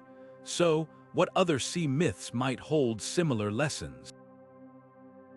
From the Norse god Njord to the Hindu goddess Varuna, the ocean has inspired countless stories across cultures, each one offering a unique perspective on humanity's connection to the water. These myths remind us that, no matter where we come from, we share a common bond with the sea, a bond that continues to shape our stories, our dreams, and our understanding of the world. Beneath the shimmering surface of the world's oceans lies a creature that has fascinated humanity for millennia: the mermaid. Half human, half fish, these enigmatic beings have captured our imaginations, appearing in myths, art, and literature across cultures and centuries. But where did the legend of the mermaid begin, and why does it continue to enchant us even today?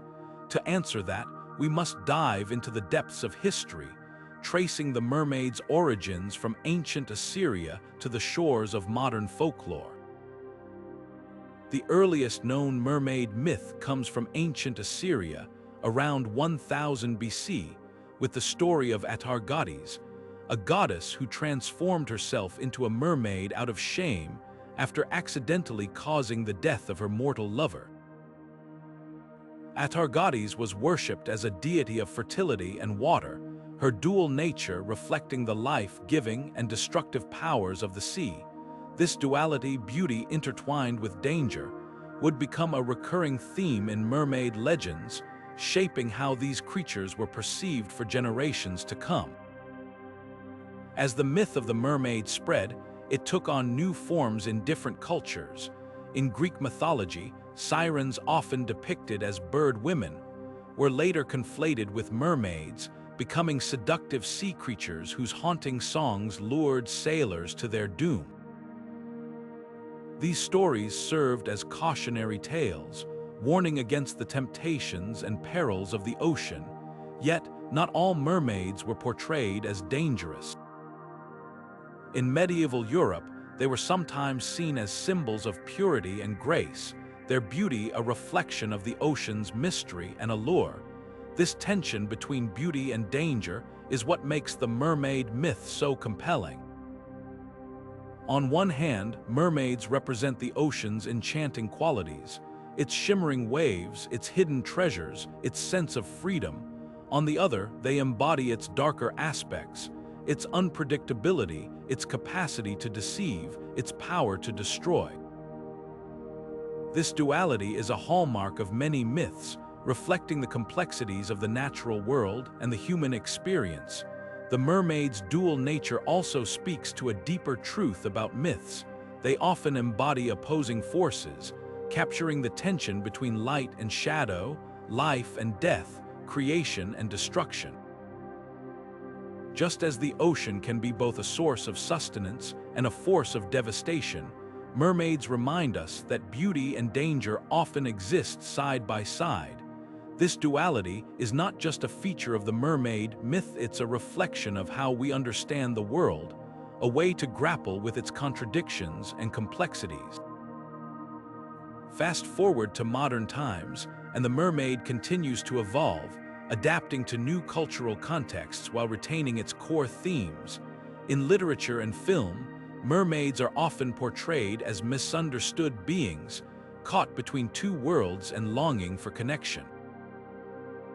Stories like Hans Christian Andersen's The Little Mermaid and its Disney adaptation explore themes of sacrifice, identity, and the desire to belong, resonating with audiences of all ages. Meanwhile, in popular culture, mermaids have become symbols of empowerment and freedom, their fluid forms representing the breaking of boundaries and the embrace of individuality. Yet, even as the mermaid myth evolves, its ancient roots remain visible. Whether as warnings, symbols, or sources of inspiration, these stories continue to captivate us because they speak to something universal: the human desire to explore the unknown, to confront our fears, and to find meaning in the mysteries of the world. This brings us to a broader theme: how myths embody dualities. From the life-giving and destructive powers of the sea to the interplay of beauty and danger in the mermaid's nature, myths often reflect the contradictions inherent in life itself. They remind us that the world is not black and white, but filled with shades of gray, offering us a way to navigate its complexities and find balance in the face of uncertainty. As we reflect on the legend of the mermaid, it's worth considering how other myths embody similar dualities. From the nurturing yet vengeful earth goddesses of ancient cultures to the trickster figures who bring both chaos and wisdom, these stories challenge us to see the world in all its complexity, embracing its contradictions and finding meaning in its mysteries. The mermaid, with her shimmering scales and haunting song, is more than just a myth. She is a mirror, reflecting the beauty and danger that lie within us all. And so, as we turn our attention to the next chapter of our exploration, we'll see how other myths continue to shape our understanding of the world, offering us new ways to navigate its challenges and embrace its wonders. The mermaid's story is just one thread in the rich tapestry of human mythology, but it's a reminder that even the most fantastical tales can hold profound truths about who we are and the world we inhabit. Myths are more than just stories, they are mirrors, reflecting the dualities that define the human experience. From the clash of good and evil to the eternal dance between life and death, these ancient tales capture the contradictions that shape our world and our understanding of it. But why do these dualities appear so prominently in myths across cultures? And what can they teach us about the complexities of existence? Take the concept of good versus evil, a theme that appears in countless myths. In Zoroastrianism, for example, the world is seen as a battleground between Ahura Mazda, the god of light and wisdom, and Angra Mainyu, the spirit of darkness and destruction. This duality isn't just a cosmic struggle, it's a reflection of the moral choices we face every day. Myths like this remind us that life is rarely black and white. It's a constant negotiation between opposing forces, where the line between good and evil can often blur. Similarly, the tension between life and death is a recurring theme in mythology. In Egyptian mythology, Osiris, the god of the afterlife, is killed by his brother Set, only to be resurrected by his wife Isis. This story of death and rebirth mirrors the natural cycles of the world's seasons changing, crops growing, and rivers flowing. It's a reminder that life and death are not opposites but part of the same cycle, each giving meaning to the other. This duality speaks to the human experience of loss and renewal, offering comfort in the face of mortality and hope in the promise of new beginnings. Creation and destruction, too, are intertwined in many myths.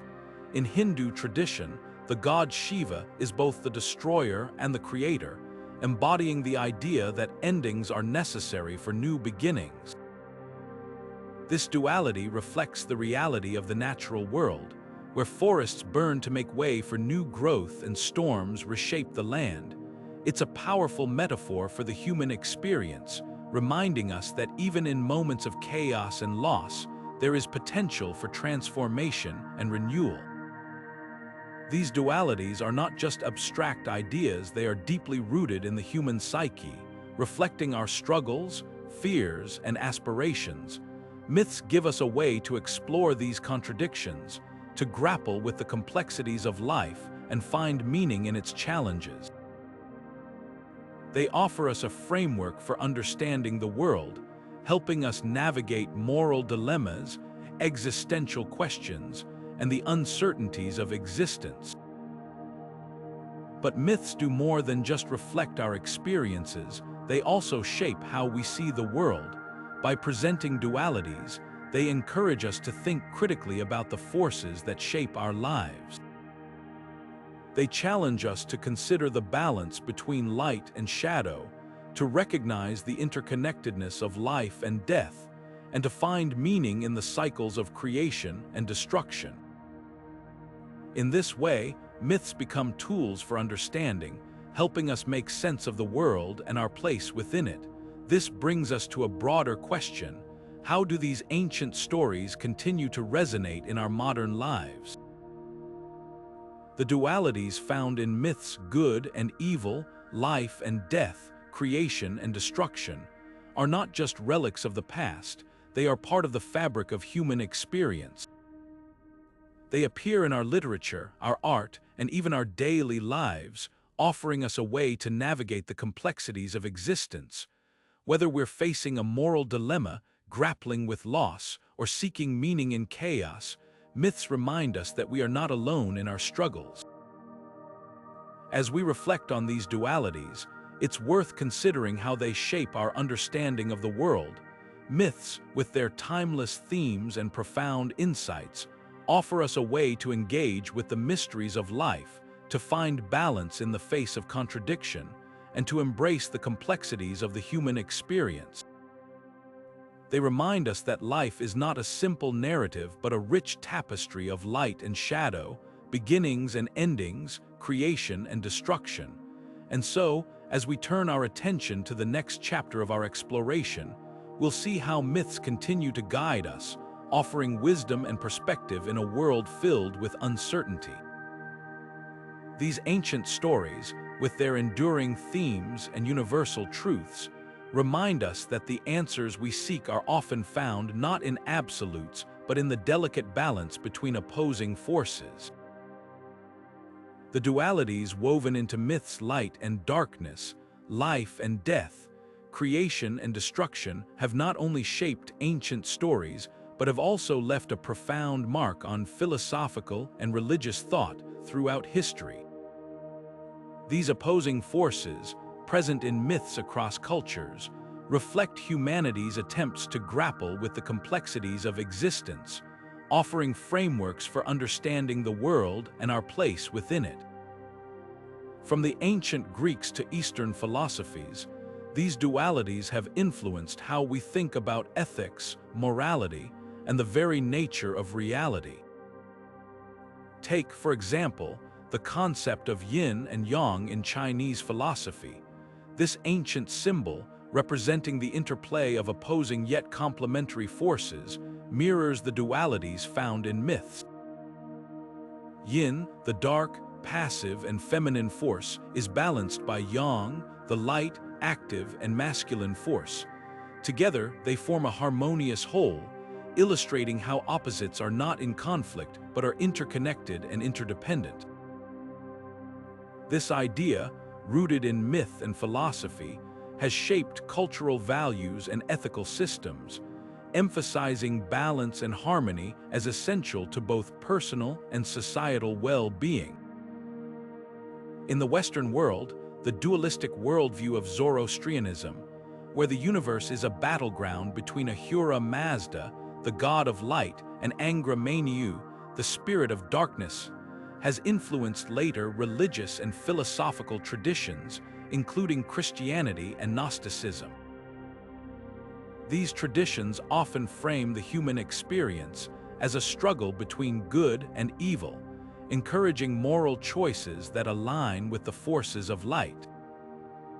This dualistic framework has persisted in modern debates about ethics, where questions of right and wrong, justice and injustice, continue to shape our laws, politics, and personal beliefs. But dualities in myths aren't just about moral binaries. They also explore the cyclical nature of existence. In Hindu mythology, Shiva, the destroyer, is also a creator, embodying the idea that endings are necessary for new beginnings. This duality reflects the natural cycles of life, from the changing seasons to the rise and fall of civilizations. It's a reminder that destruction and creation are part of the same process, offering a perspective that can help us navigate times of upheaval and change. These ancient ideas remain relevant in modern discussions about ethics and morality. Consider the ongoing debates about environmental responsibility, where the dualities of creation and destruction are central. The destruction of natural habitats, for instance, is often countered by efforts to restore and protect ecosystems, reflecting the belief that even in loss, there is potential for renewal. Similarly, in discussions about social justice, the tension between oppression and liberation echoes the dualities of darkness and light, reminding us that progress often requires confronting and overcoming deep-seated challenges. What makes these dualities so enduring is their ability to capture the complexities of the human experience.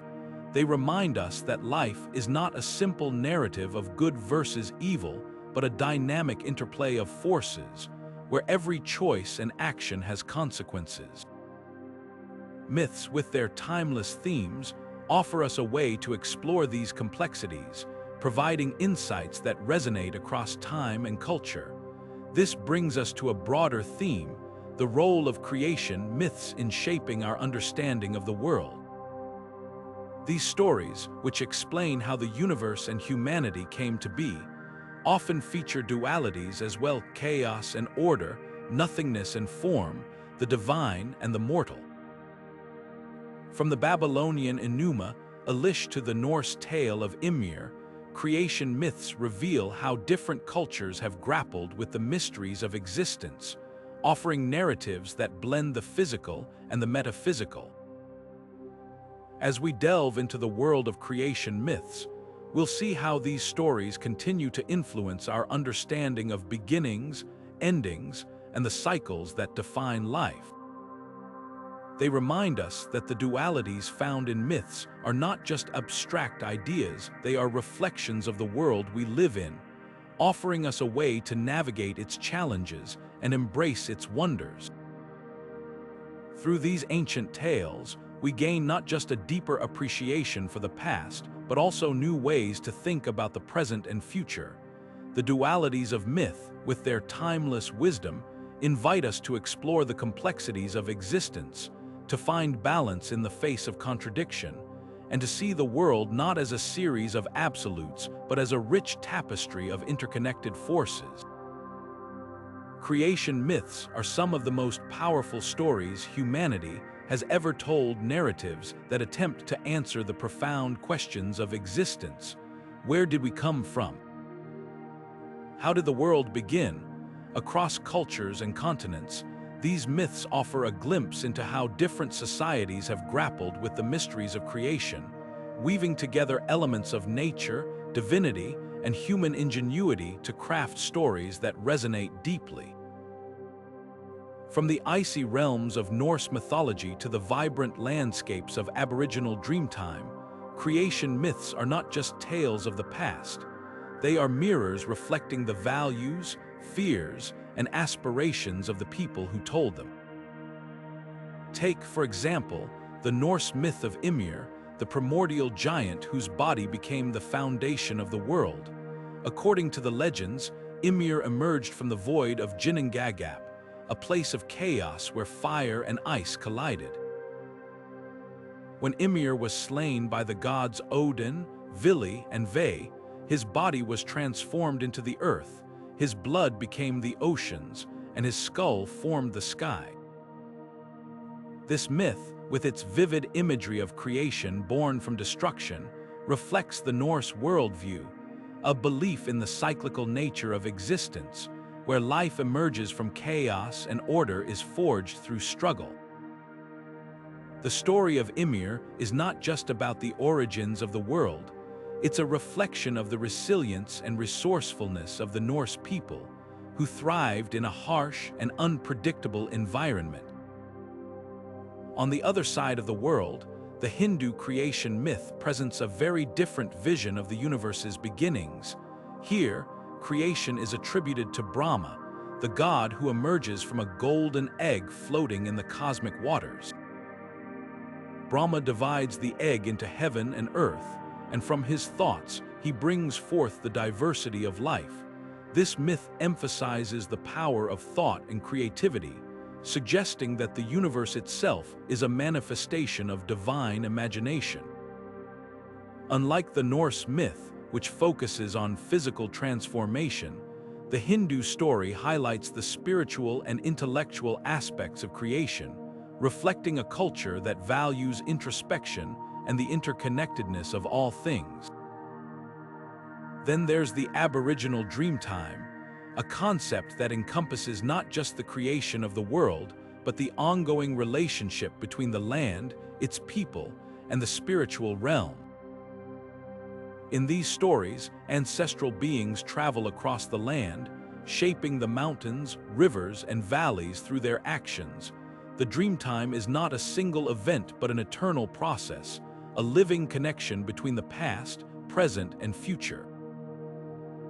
For the Aboriginal people, these myths are not just explanations of the world's origins, they are a guide for living in harmony with the land, a reminder that every action has consequences, and that the stories of the ancestors continue to shape the world today.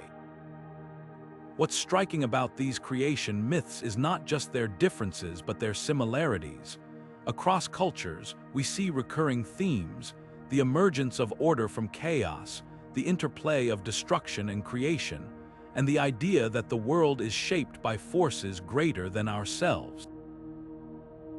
These shared elements suggest something profound about the human experience, that despite our differences, we are united by a common desire to understand our place in the universe.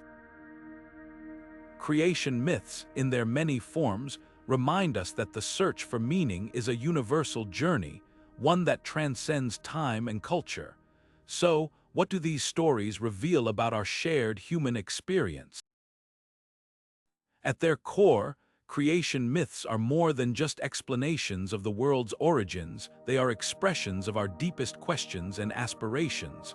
They reflect our need to find order in chaos, to connect with something greater than ourselves, and to pass down wisdom from one generation to the next. Whether it's the Norse giants, the Hindu gods, or the ancestral beings of the Dreamtime, these myths offer us a way to navigate the mysteries of existence, providing comfort, guidance, and a sense of belonging in a vast and often incomprehensible world. As we explore these ancient stories, it's worth asking, how do they continue to influence us today? From the way we think about the environment to our understanding of identity and purpose, creation myths offer timeless insights that remain relevant in our modern lives. They remind us that the stories we tell about the past are not just relics of history, they are living narratives that shape how we see the world and our place within it. And as we turn our attention to other myths, we'll see how these ancient tales continue to inspire, challenge, and connect us, offering new ways to understand the mysteries of life and the enduring power of storytelling. Creation myths are more than just ancient stories, they are the foundation stones of cultural identity, shaping how societies see themselves and the world around them. These narratives, passed down through generations, are not merely explanations of how the world began. They are profound reflections of the values, beliefs, and aspirations of the people who created them. From the way we view the natural world to the stories we tell about our origins, creation myths have left an indelible mark on art, literature, and religion, influencing everything from ancient rituals to modern philosophies. Take, for instance, the impact of creation myths on art. In ancient Mesopotamia, the Enigma of Atlantis, a Babylonian creation epic, inspired intricate carvings and temple reliefs depicting the god Marduk's victory over chaos. These artistic representations were not just decorative, they were a way to reinforce the myth's central message, that order triumphs over chaos and that the god's power sustains the world. Similarly, in ancient Egypt, the story of Autumn rising from the primordial waters of Nun was immortalized in hieroglyphs and tomb paintings, serving as both a spiritual guide and a reminder of the divine origins of life. Art in this context became a medium for preserving and transmitting these sacred stories, ensuring their survival across centuries. Literature, too, has been deeply shaped by creation myths. The Norse prose Edda, with its tales of Ymir and the birth of the world, influenced everything from medieval poetry to modern fantasy novels. J.R.R. Tolkien, for example, drew heavily on Norse mythology when crafting the cosmology of Middle-earth, creating a world where creation and destruction are intertwined. Even in contemporary literature, echoes of these ancient stories can be found, from the cyclical narratives of magical realism to the epic struggles of science fiction. Creation myths, with their timeless themes, continue to inspire writers to explore the big questions: where do we come from, what is our purpose, and what does it mean to exist? Religion, perhaps more than any other domain, has been profoundly influenced by creation myths.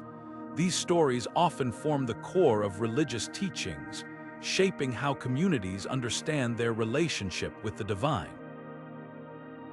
In Hinduism, the creation myth of Brahma and the cosmic egg underpins the belief in a universe that is constantly being created and destroyed, reflecting the cyclical nature of existence.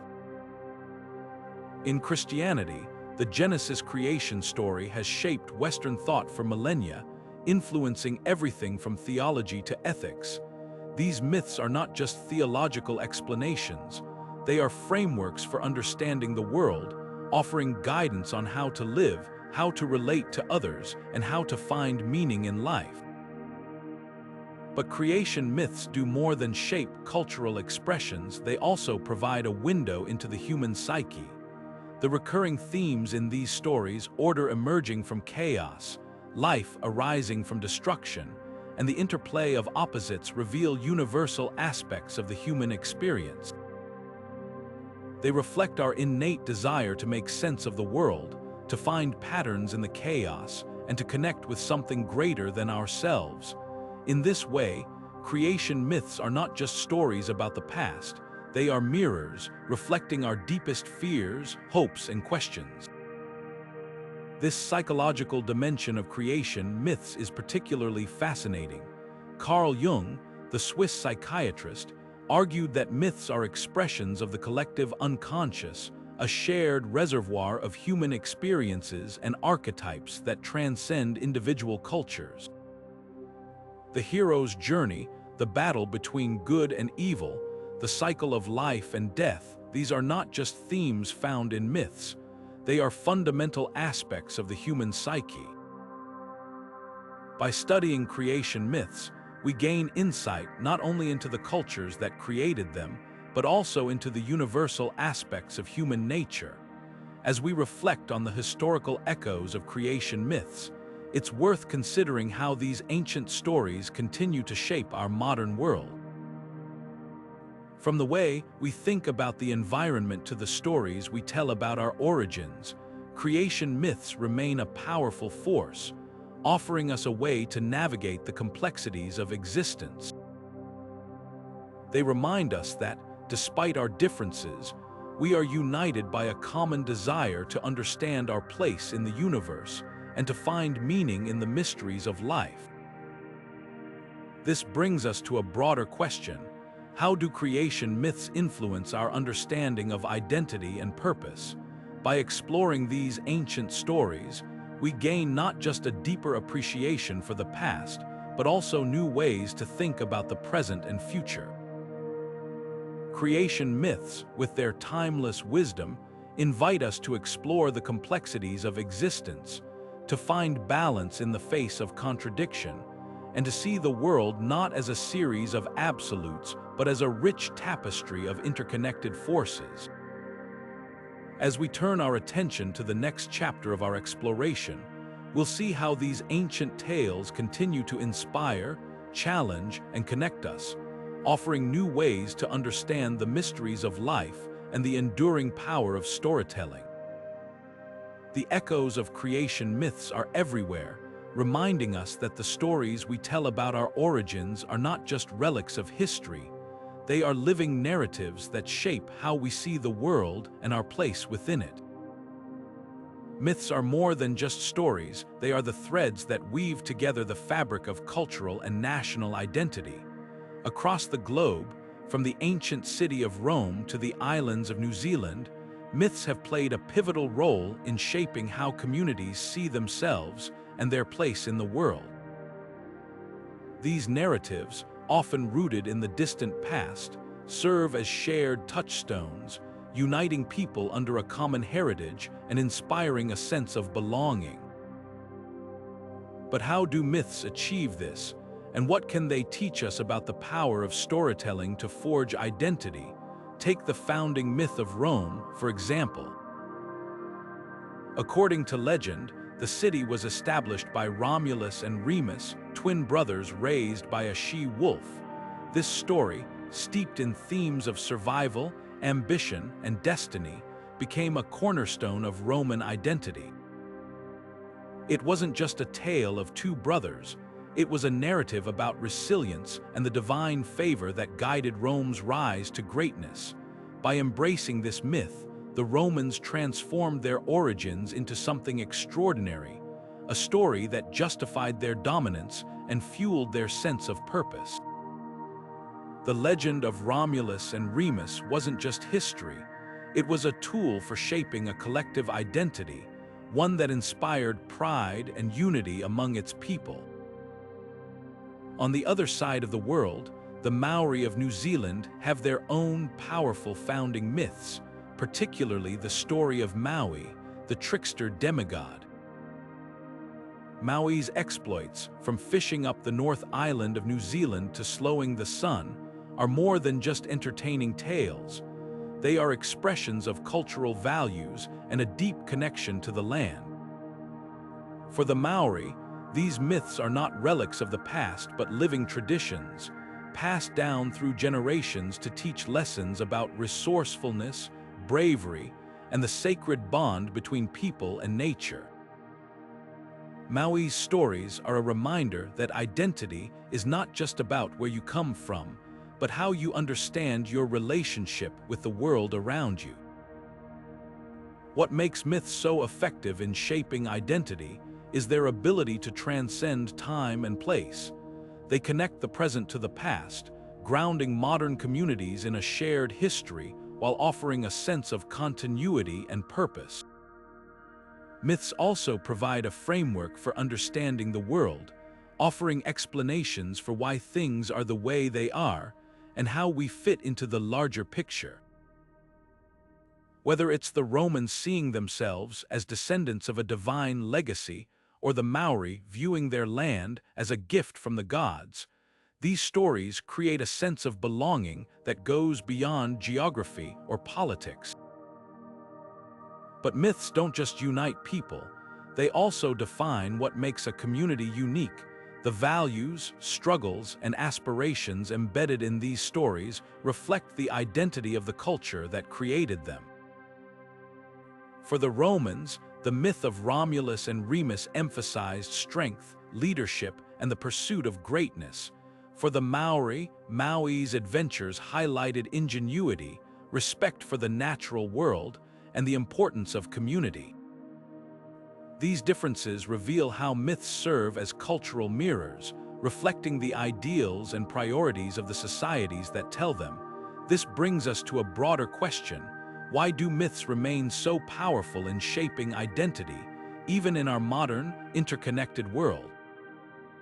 Perhaps it's because they tap into something universal, the human need for meaning and connection. In a world that can often feel fragmented and uncertain, myths offer a sense of stability and continuity, grounding us in stories that have stood the test of time.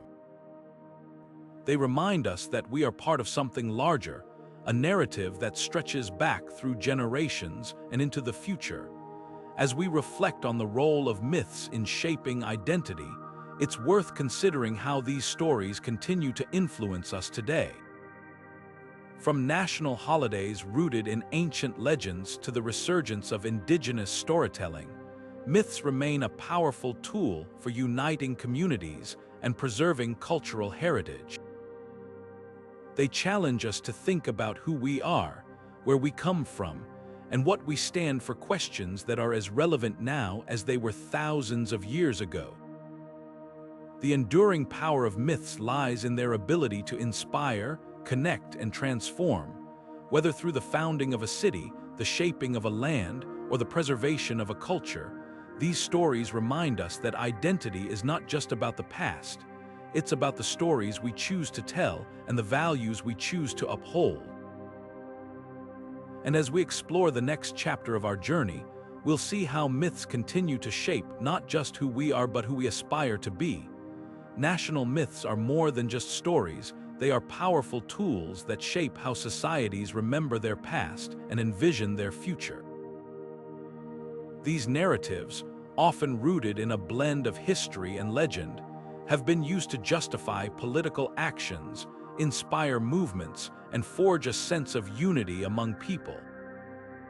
Whether it's the tale of a nation's founding or the glorification of its heroes, national myths serve as a lens through which history is interpreted and memory is constructed. But how do these myths influence the way we understand our past, and what role do they play in shaping the present? Take, for example, the American myth of manifest destiny. In the 19th century, this idea that the United States was destined to expand across the North American continent became a rallying cry for westward expansion. The myth framed this movement as a divine mission, blending religious fervor with nationalist pride.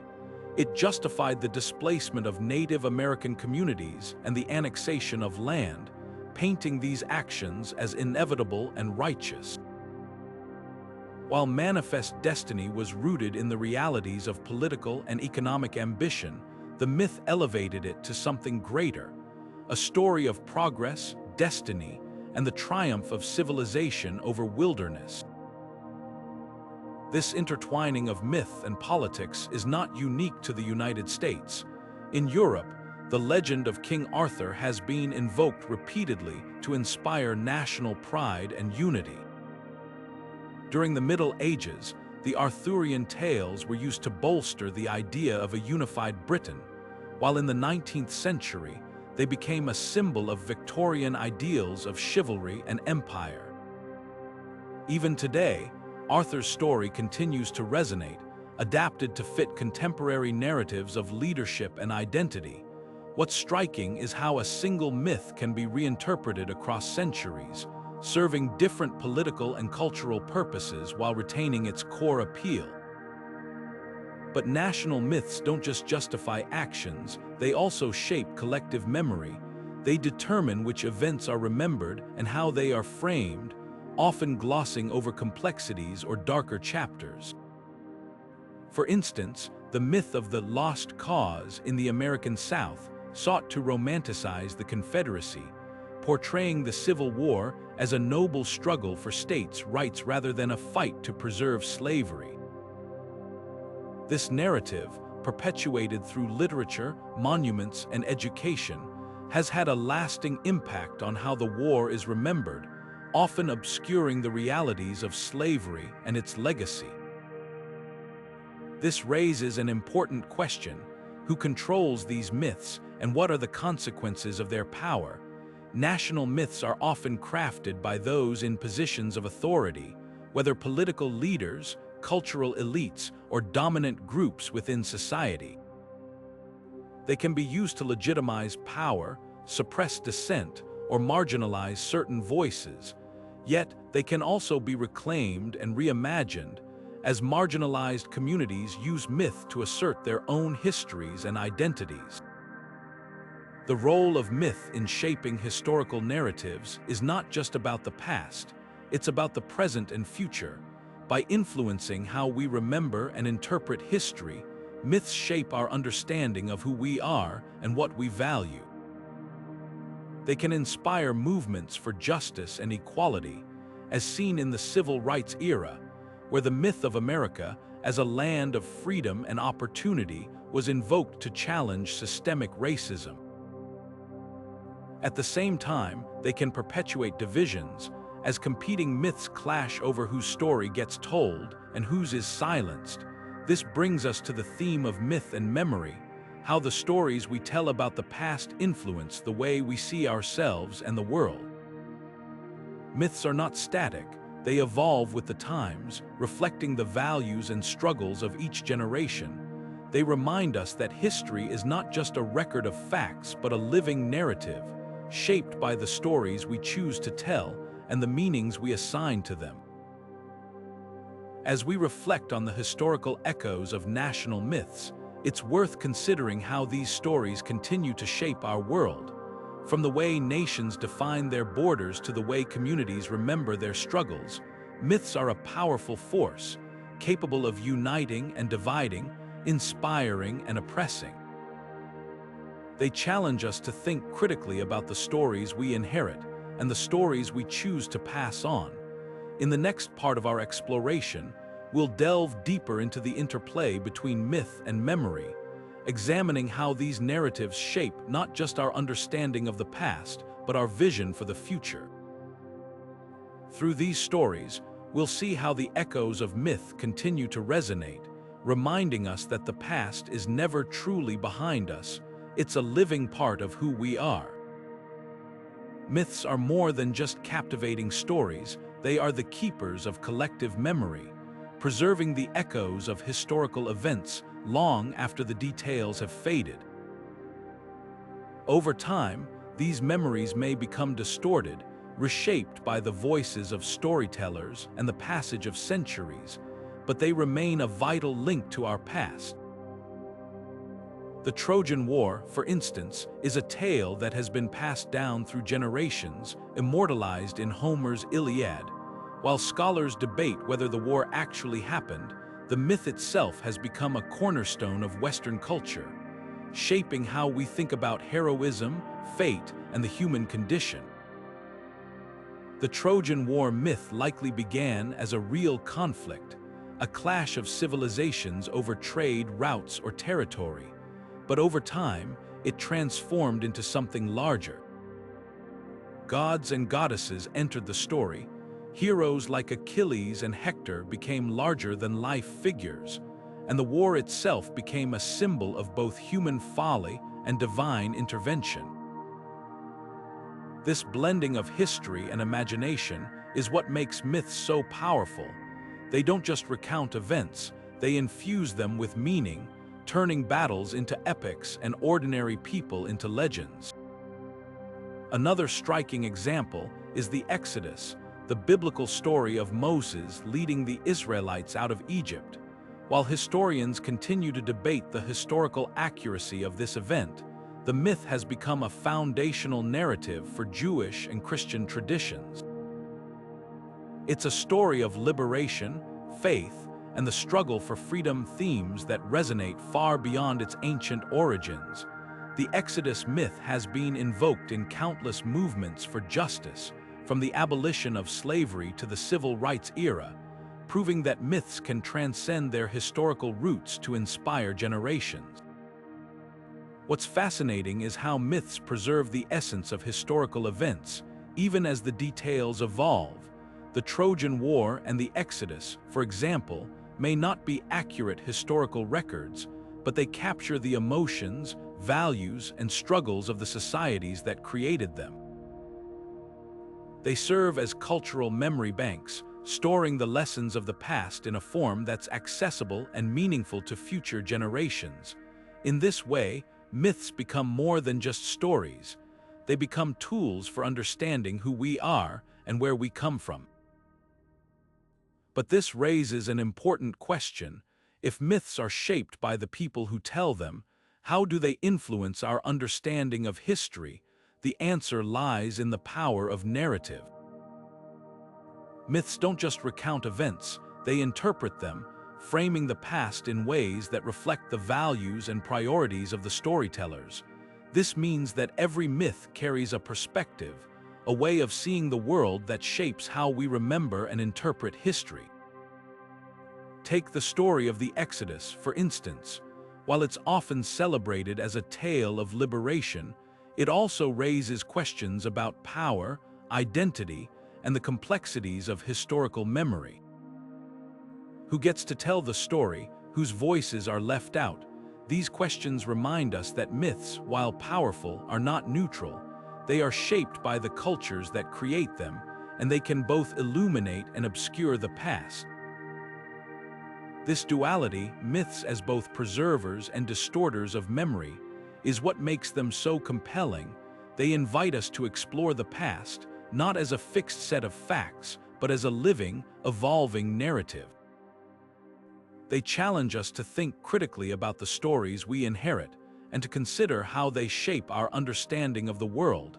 As we reflect on the role of myth in preserving collective memory, it's worth considering how these stories continue to influence us today. From the way we commemorate historical events to the lessons we draw from them, myths remain a powerful force, shaping not just how we see the past, but how we envision the future. They remind us that history is not just a record of what happened, it's a story we tell, infused with meaning and purpose. And so, as we move forward, we'll explore how myths and memory intertwine, shaping our understanding of the past and guiding our steps into the future. These stories, with their echoes of ancient events and timeless truths, remind us that the past is never truly behind us. It's a living part of who we are. The American Revolution and the French Revolution are two of history's most transformative events, reshaping nations and ideologies in ways that still resonate today. Yet, beyond the battles and political upheavals, these revolutions have also given rise to powerful myths, stories that reinterpret their events, amplify their heroes, and embed their lessons into the collective consciousness. These myths, far from being mere embellishments, have played a crucial role in shaping how these revolutions are remembered and how their ideals continue to inspire modern ideologies. Take the American Revolution, for instance. The myth of the Founding Fathers has become a cornerstone of American identity, portraying figures like George Washington and Thomas Jefferson as paragons of virtue, wisdom, and unwavering commitment to liberty. This narrative, while rooted in historical events, has been refined over time to emphasize ideals like democracy, individualism, and the pursuit of freedom. The famous story of Washington crossing the Delaware River, for example, is more than just a military maneuver. It's a symbol of resilience and determination, a reminder that even in the face of overwhelming odds, victory is possible. But myths don't just celebrate, they also simplify. The American Revolution myth often glosses over the complexities and contradictions of the time, such as the fact that many of the founding fathers were slaveholders, or that the ideals of liberty and equality were not extended to all. These omissions reveal how myths can shape memory, highlighting certain aspects of history while downplaying others. Yet, they also serve a purpose. By framing the revolution as a struggle for universal ideals, the myth has inspired countless movements for justice and equality, from the abolition of slavery to the fight for civil rights. The French Revolution, too, has its own set of myths, though they take on a very different tone. The storming of the Bastille, for example, has become a symbol of the people's power to overthrow tyranny, a moment immortalized in art, literature, and national celebrations. Yet, the myth often focuses on the triumph of liberty, equality, and fraternity, while the revolution's darker chapters, like the Reign of Terror, are less prominent in popular memory. This selective storytelling reflects the revolution's dual legacy, a beacon of democratic ideals and a cautionary tale about the dangers of unchecked radicalism. What's striking is how these myths have evolved over time, adapting to the needs and values of each generation. In the 19th century, the American Revolution myth was used to justify westward expansion and the idea of manifest destiny, while the French Revolution myth became a rallying cry for socialist and communist movements. Today, these myths continue to shape political discourse, inspiring debates about democracy, justice, and the role of government. They remind us that revolutions are not just historical events, they are ongoing stories, constantly reinterpreted to reflect the hopes and struggles of the present. This evolving nature of myth is what makes it such a powerful force. Myths are not static, they grow and change, absorbing new meanings and shedding old ones as societies evolve. They serve as a bridge between the past and the present, allowing us to draw lessons from history while adapting them to contemporary challenges.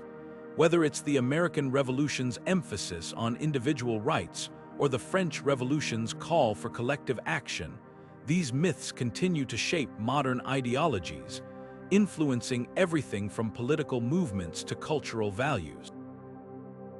But myths also challenge us to think critically about the stories we tell. They remind us that history is not just a record of facts, but a narrative shaped by the priorities and perspectives of those who recount it. By examining how myths reinterpret historical events, we gain a deeper understanding of how memory is constructed and how it shapes our understanding of the world. As we explore the echoes of these revolutionary myths, we'll see how they continue to influence our modern world, offering both inspiration and caution. They remind us that the past is not just a series of events, it's a living story, one that evolves with each retelling. And as we turn our attention to the next chapter of our journey, we'll discover how myths, in all their complexity, continue to shape the way we see ourselves and the world around us. Myths are not frozen in time, they are living, breathing stories that evolve alongside the cultures that tell them. As societies change, so too do the myths that shape their identities, adapting to new contexts, technologies, and values. This dynamic nature of mythology ensures that ancient tales remain relevant, even as they take on new forms and meanings in the modern world. Take Greek mythology, for example. These stories, born thousands of years ago, have been reinterpreted countless times, from Renaissance art to modern cinema. Consider the way the myth of Medusa, once a cautionary tale about the dangers of hubris and divine wrath, has been reimagined in recent years.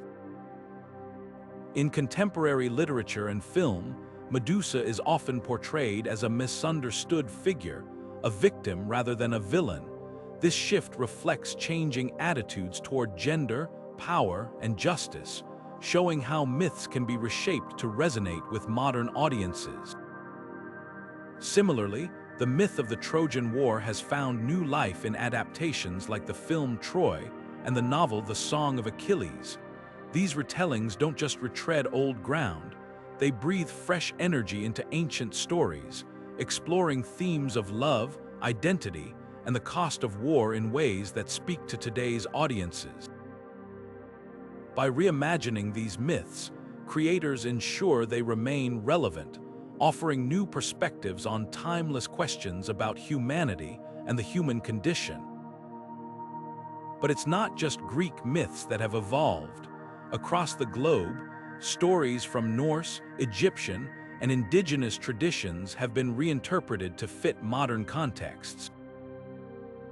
Marvel's Thor films, for instance, transformed the Norse god of thunder into a superhero grappling with family drama and intergalactic politics. While this version of Thor may differ from the one worshipped by the Vikings, it captures the essence of the myth, a powerful figure navigating the complexities of power, duty, and identity. This adaptability is what makes myths so enduring. They are not static relics of the past, but dynamic narratives that reflect the concerns and aspirations of each generation. As technologies like film, literature, and even video games emerge, myths find new ways to be told, ensuring their messages remain accessible and impactful. The rise of digital storytelling, for instance, has allowed myths to reach global audiences in ways that were unimaginable just a century ago. Myths also evolve in response to cultural shifts. As societies grapple with issues like climate change, social justice, and technological advancement, myths are reinterpreted to address these challenges. The story of Pandora's box, for example, has been used to explore themes of environmental destruction and human responsibility, while the myth of Icarus serves as a cautionary tale about the dangers of unchecked ambition in the age of artificial intelligence. What's remarkable is how myths retain their core essence even as they adapt.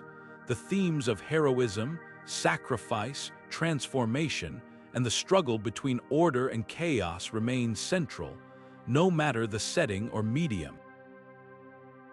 This continuity allows myths to bridge the gap between past and present, connecting us to the wisdom of our ancestors while offering new insights into the challenges we face today. As we reflect on the evolution of myths, it's worth considering how they continue to shape our culture. From blockbuster films to best-selling novels, these ancient stories remain a vital part of our collective imagination, reminding us that the human experience is both timeless and ever-changing. Myths are not just stories, they are mirrors, reflecting who we are, where we've been, and where we might go. This brings us to a broader truth. Myths are a living part of our culture, constantly reinterpreted to meet the needs of each generation. They remind us that the stories we tell are not just about the past, they are about the present and future, offering us a way to navigate the complexities of life and find meaning in the world around us. And as we continue to explore these ancient tales, we'll see how their echoes resonate in new and unexpected ways, proving that the power of myth is as enduring as it is transformative.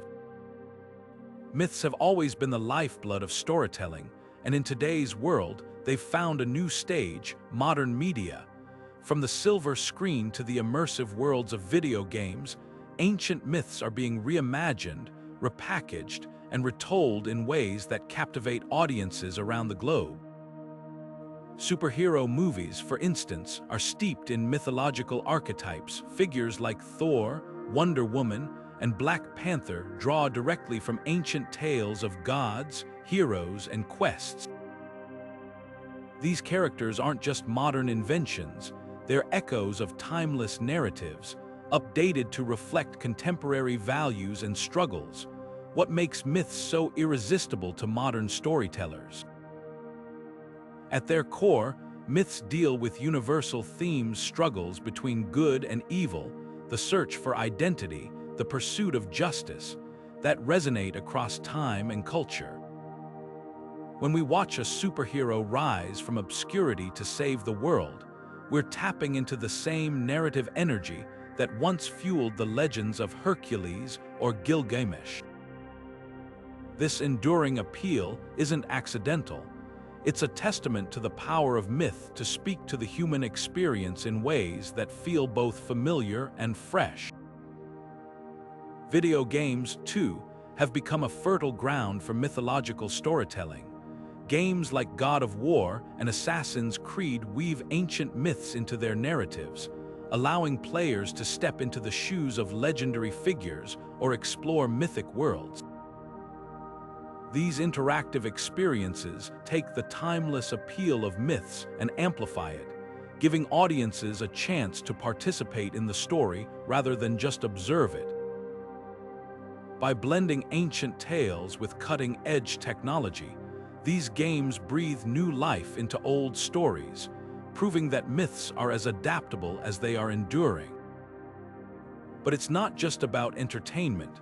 Myths in modern media also serve as a bridge between the past and the present, offering us a way to connect with ancient wisdom while navigating contemporary challenges. Take, for example, how the myth of Icarus, a cautionary tale about hubris and the dangers of flying too close to the sun, has been reinterpreted in discussions about technological advancement. As we race to develop AI, explore space, and push the boundaries of human capability, the story of Icarus reminds us to balance ambition with humility, a lesson as relevant today as it was thousands of years ago. This intersection of myth and technology is where ancient stories find new relevance. In a world increasingly shaped by innovation, myths offer us a way to grapple with the ethical and existential questions that arise. What does it mean to create life, as in the myth of Prometheus? How do we navigate the moral complexities of power, as seen in the tales of King Arthur?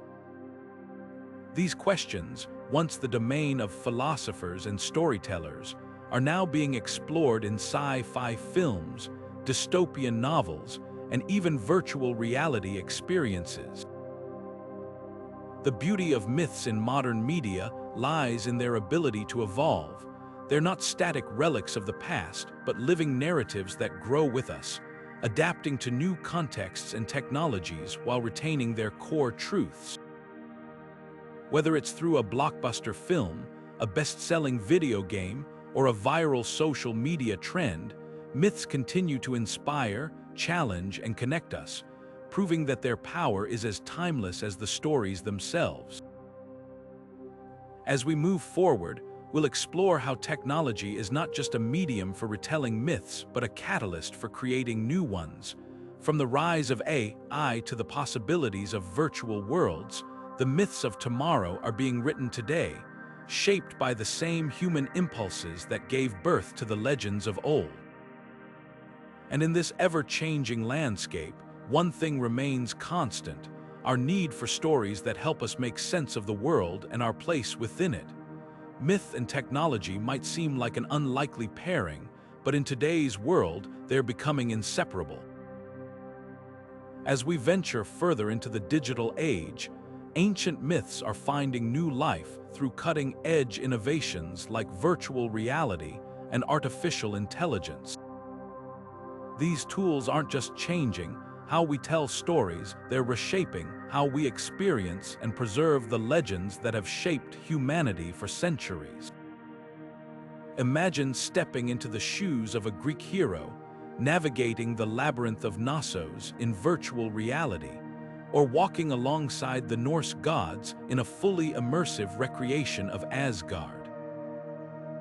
Virtual reality, or VR, is transforming myths from static tales into dynamic, interactive experiences.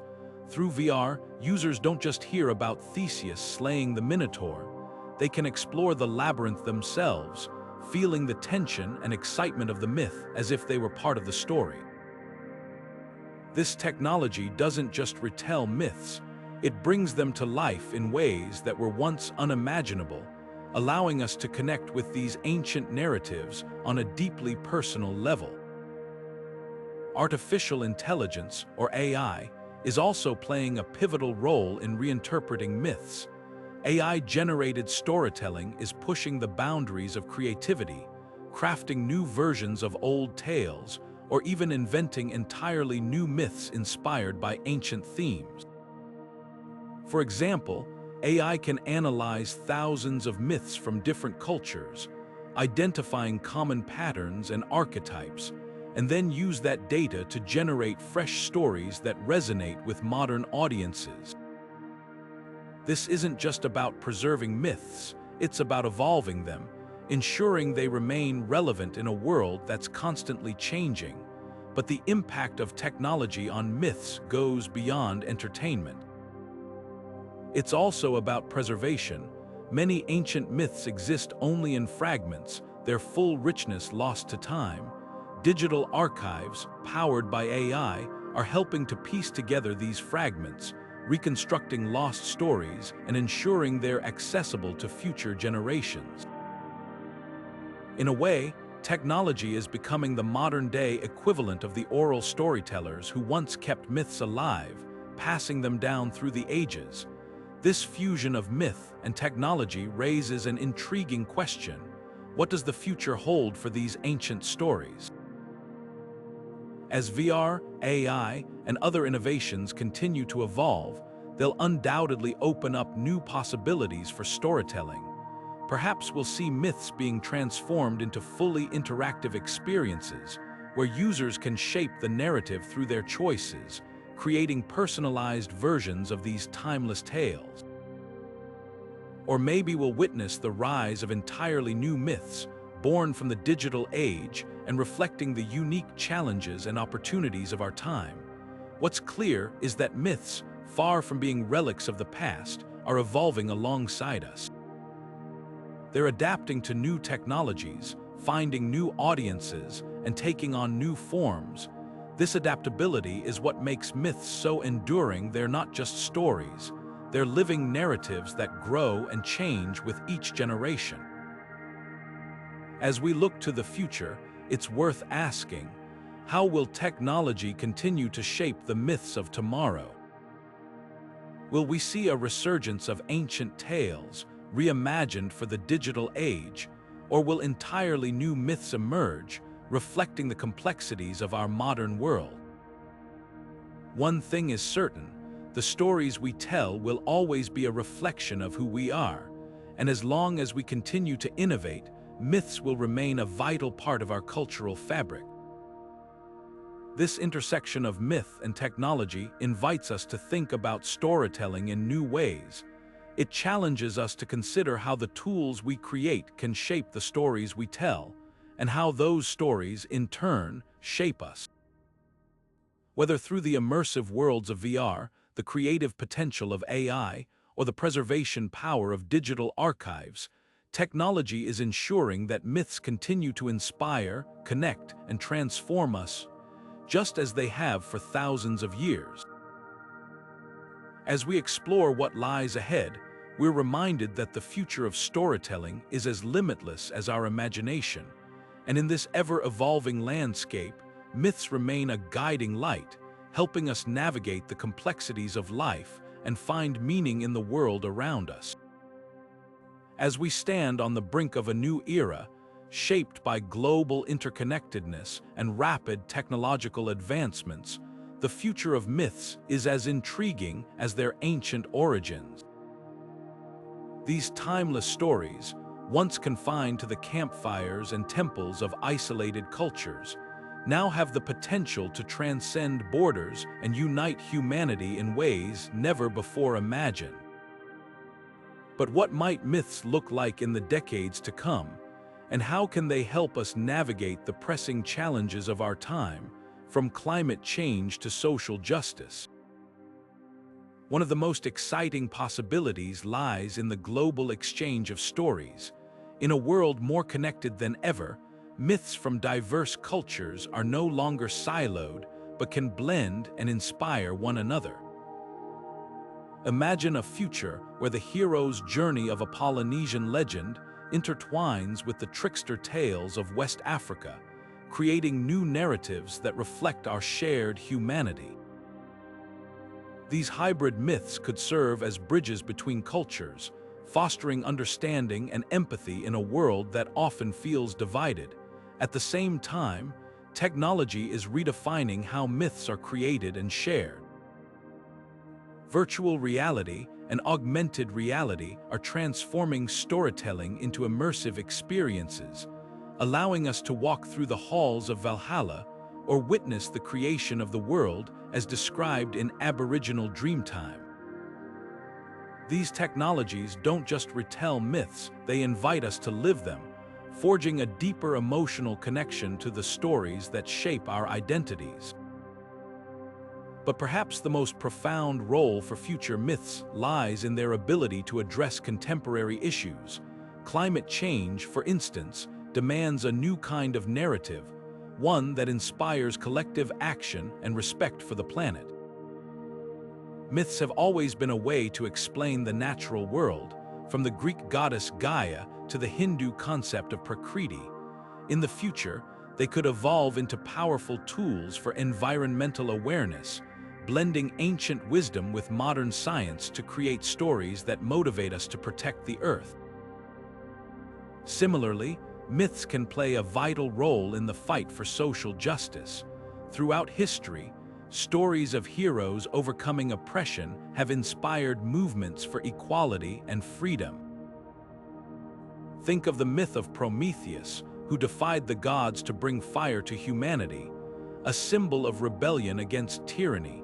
In the future, myths could continue to empower marginalized voices, offering narratives that challenge systemic injustices and envision a more equitable world. As we look ahead, it's clear that myths are not relics of the past but living, breathing entities that evolve with us. They have always been a way to make sense of the world, to grapple with its complexities, and to find meaning in the face of uncertainty. In the future, they will continue to serve as mirrors, reflecting our hopes, fears, and aspirations, while also guiding us toward a better tomorrow. This brings us to the final chapter of our exploration. As we reflect on the enduring power of myths, we're reminded that these stories are more than just entertainment. They are the threads that weave together the fabric of human experience.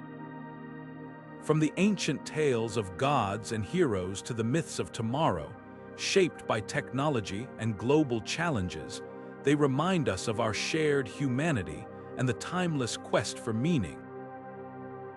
And so, as we close this journey, we're left with a profound appreciation for the role myths play in shaping who we are and who we aspire to be. They are not just stories of the past, they are the foundation of our future, offering us wisdom, inspiration, and a way to navigate the ever-changing landscape of life. In a world that often feels uncertain, myths remain a constant, reminding us that even in the face of the unknown, there is always a story to guide us forward. As we near the end of our journey through the untold myths and their historical echoes, it's worth taking a moment to reflect on the profound insights these ancient stories offer. Myths, as we've seen, are far more than just tales of gods, heroes, and monsters. They are the lifeblood of human culture, carrying the hopes, fears, and values of the societies that created them. From the lost city of Atlantis to the fiery rebirth of the Phoenix, these stories have transcended time, resonating across generations and continents. They remind us that the human experience, though varied and complex, is bound together by shared themes: the struggle for meaning, the quest for identity, and the eternal dance between creation and destruction. One of the most striking takeaways is how myths serve as mirrors, reflecting the values and struggles of their times. The story of Atlantis, for instance, isn't just about a sunken city. It's a cautionary tale about hubris and the fragility of human achievement. Similarly, the myth of the Minotaur explores the labyrinth of the human psyche, confronting our fears and the darker aspects of ourselves. These narratives, though ancient, continue to speak to us, offering timeless lessons about resilience, morality, and the consequences of our actions. But myths are more than just reflections, they are also bridges, connecting the past to the present and offering us a way to navigate the future. The legend of King Arthur, with its themes of leadership and justice, has inspired countless movements for equality and reform. The story of Prometheus, who defied the gods to bring fire to humanity, resonates in modern discussions about innovation and the ethical use of technology.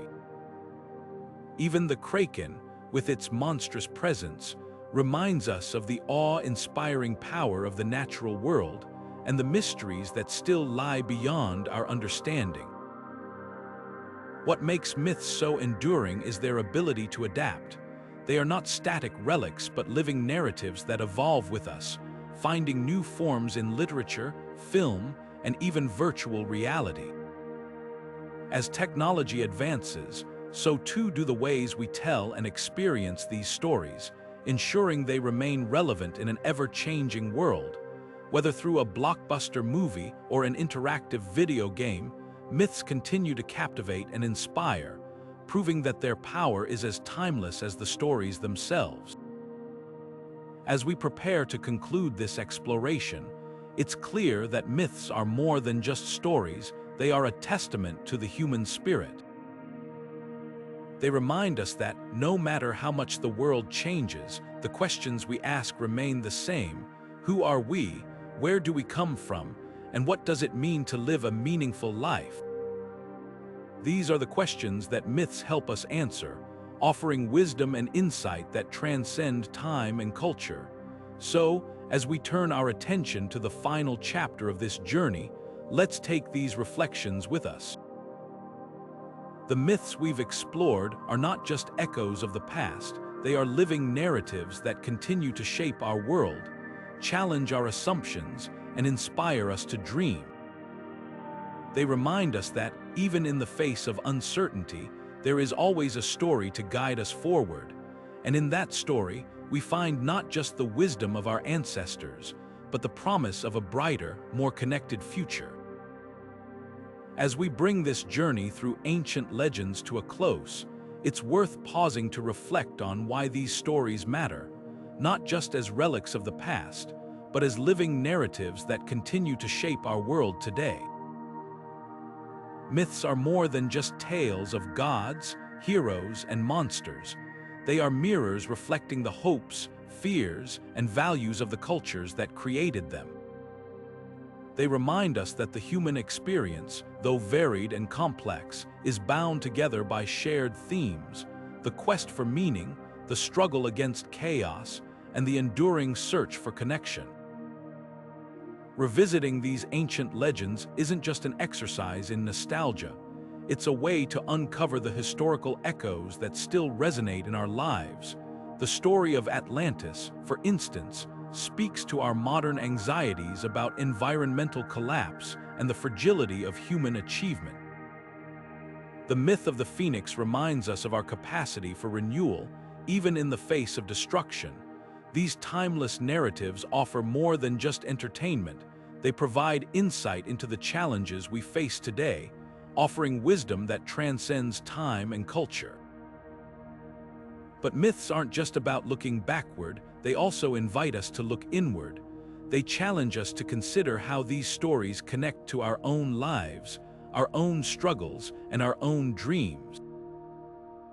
What does it mean to be a hero in a world that often feels chaotic and uncertain? How can we find meaning in the cycles of creation and destruction that define our existence? Myths don't give us easy answers, but they do offer us a framework for exploring these questions, helping us make sense of the world and our place within it. This brings us to the heart of why myths endure. They are not just stories, they are tools for understanding. They remind us that the past is not a distant, disconnected place, but a living part of who we are. The echoes of these ancient tales can be found in the stories we tell today, from the heroes of blockbuster films to the moral dilemmas explored in modern literature. By revisiting these myths, we gain not just a deeper appreciation for the past, but also new ways to think about the present and future. So, as we conclude this exploration, I encourage you to dive deeper into these timeless stories. Whether it's the epic battles of the Trojan War, the mystical allure of Camelot, or the transformative power of the Phoenix, there's a myth out there for everyone. Take a moment to consider how these ancient legends connect to your own life. What lessons do they offer? And how can they inspire you to navigate the challenges of today? As the great mythologist Joseph Campbell once said, "Myths are public dreams, dreams are private myths. In every myth, there is a grain of truth waiting to be discovered, a truth that can illuminate our path forward." So, what truths will you uncover in these ancient stories? Thank you for joining me on this journey through the untold myths and their historical echoes. If you've enjoyed this exploration, don't forget to share your thoughts in the comments below. What myths resonate most with you and why? And if you're eager for more deep dives into the mysteries of history, be sure to subscribe and hit that notification bell. Until next time, keep exploring, keep questioning, and remember, the stories of the past are not just tales of what was, they are guides for what can be.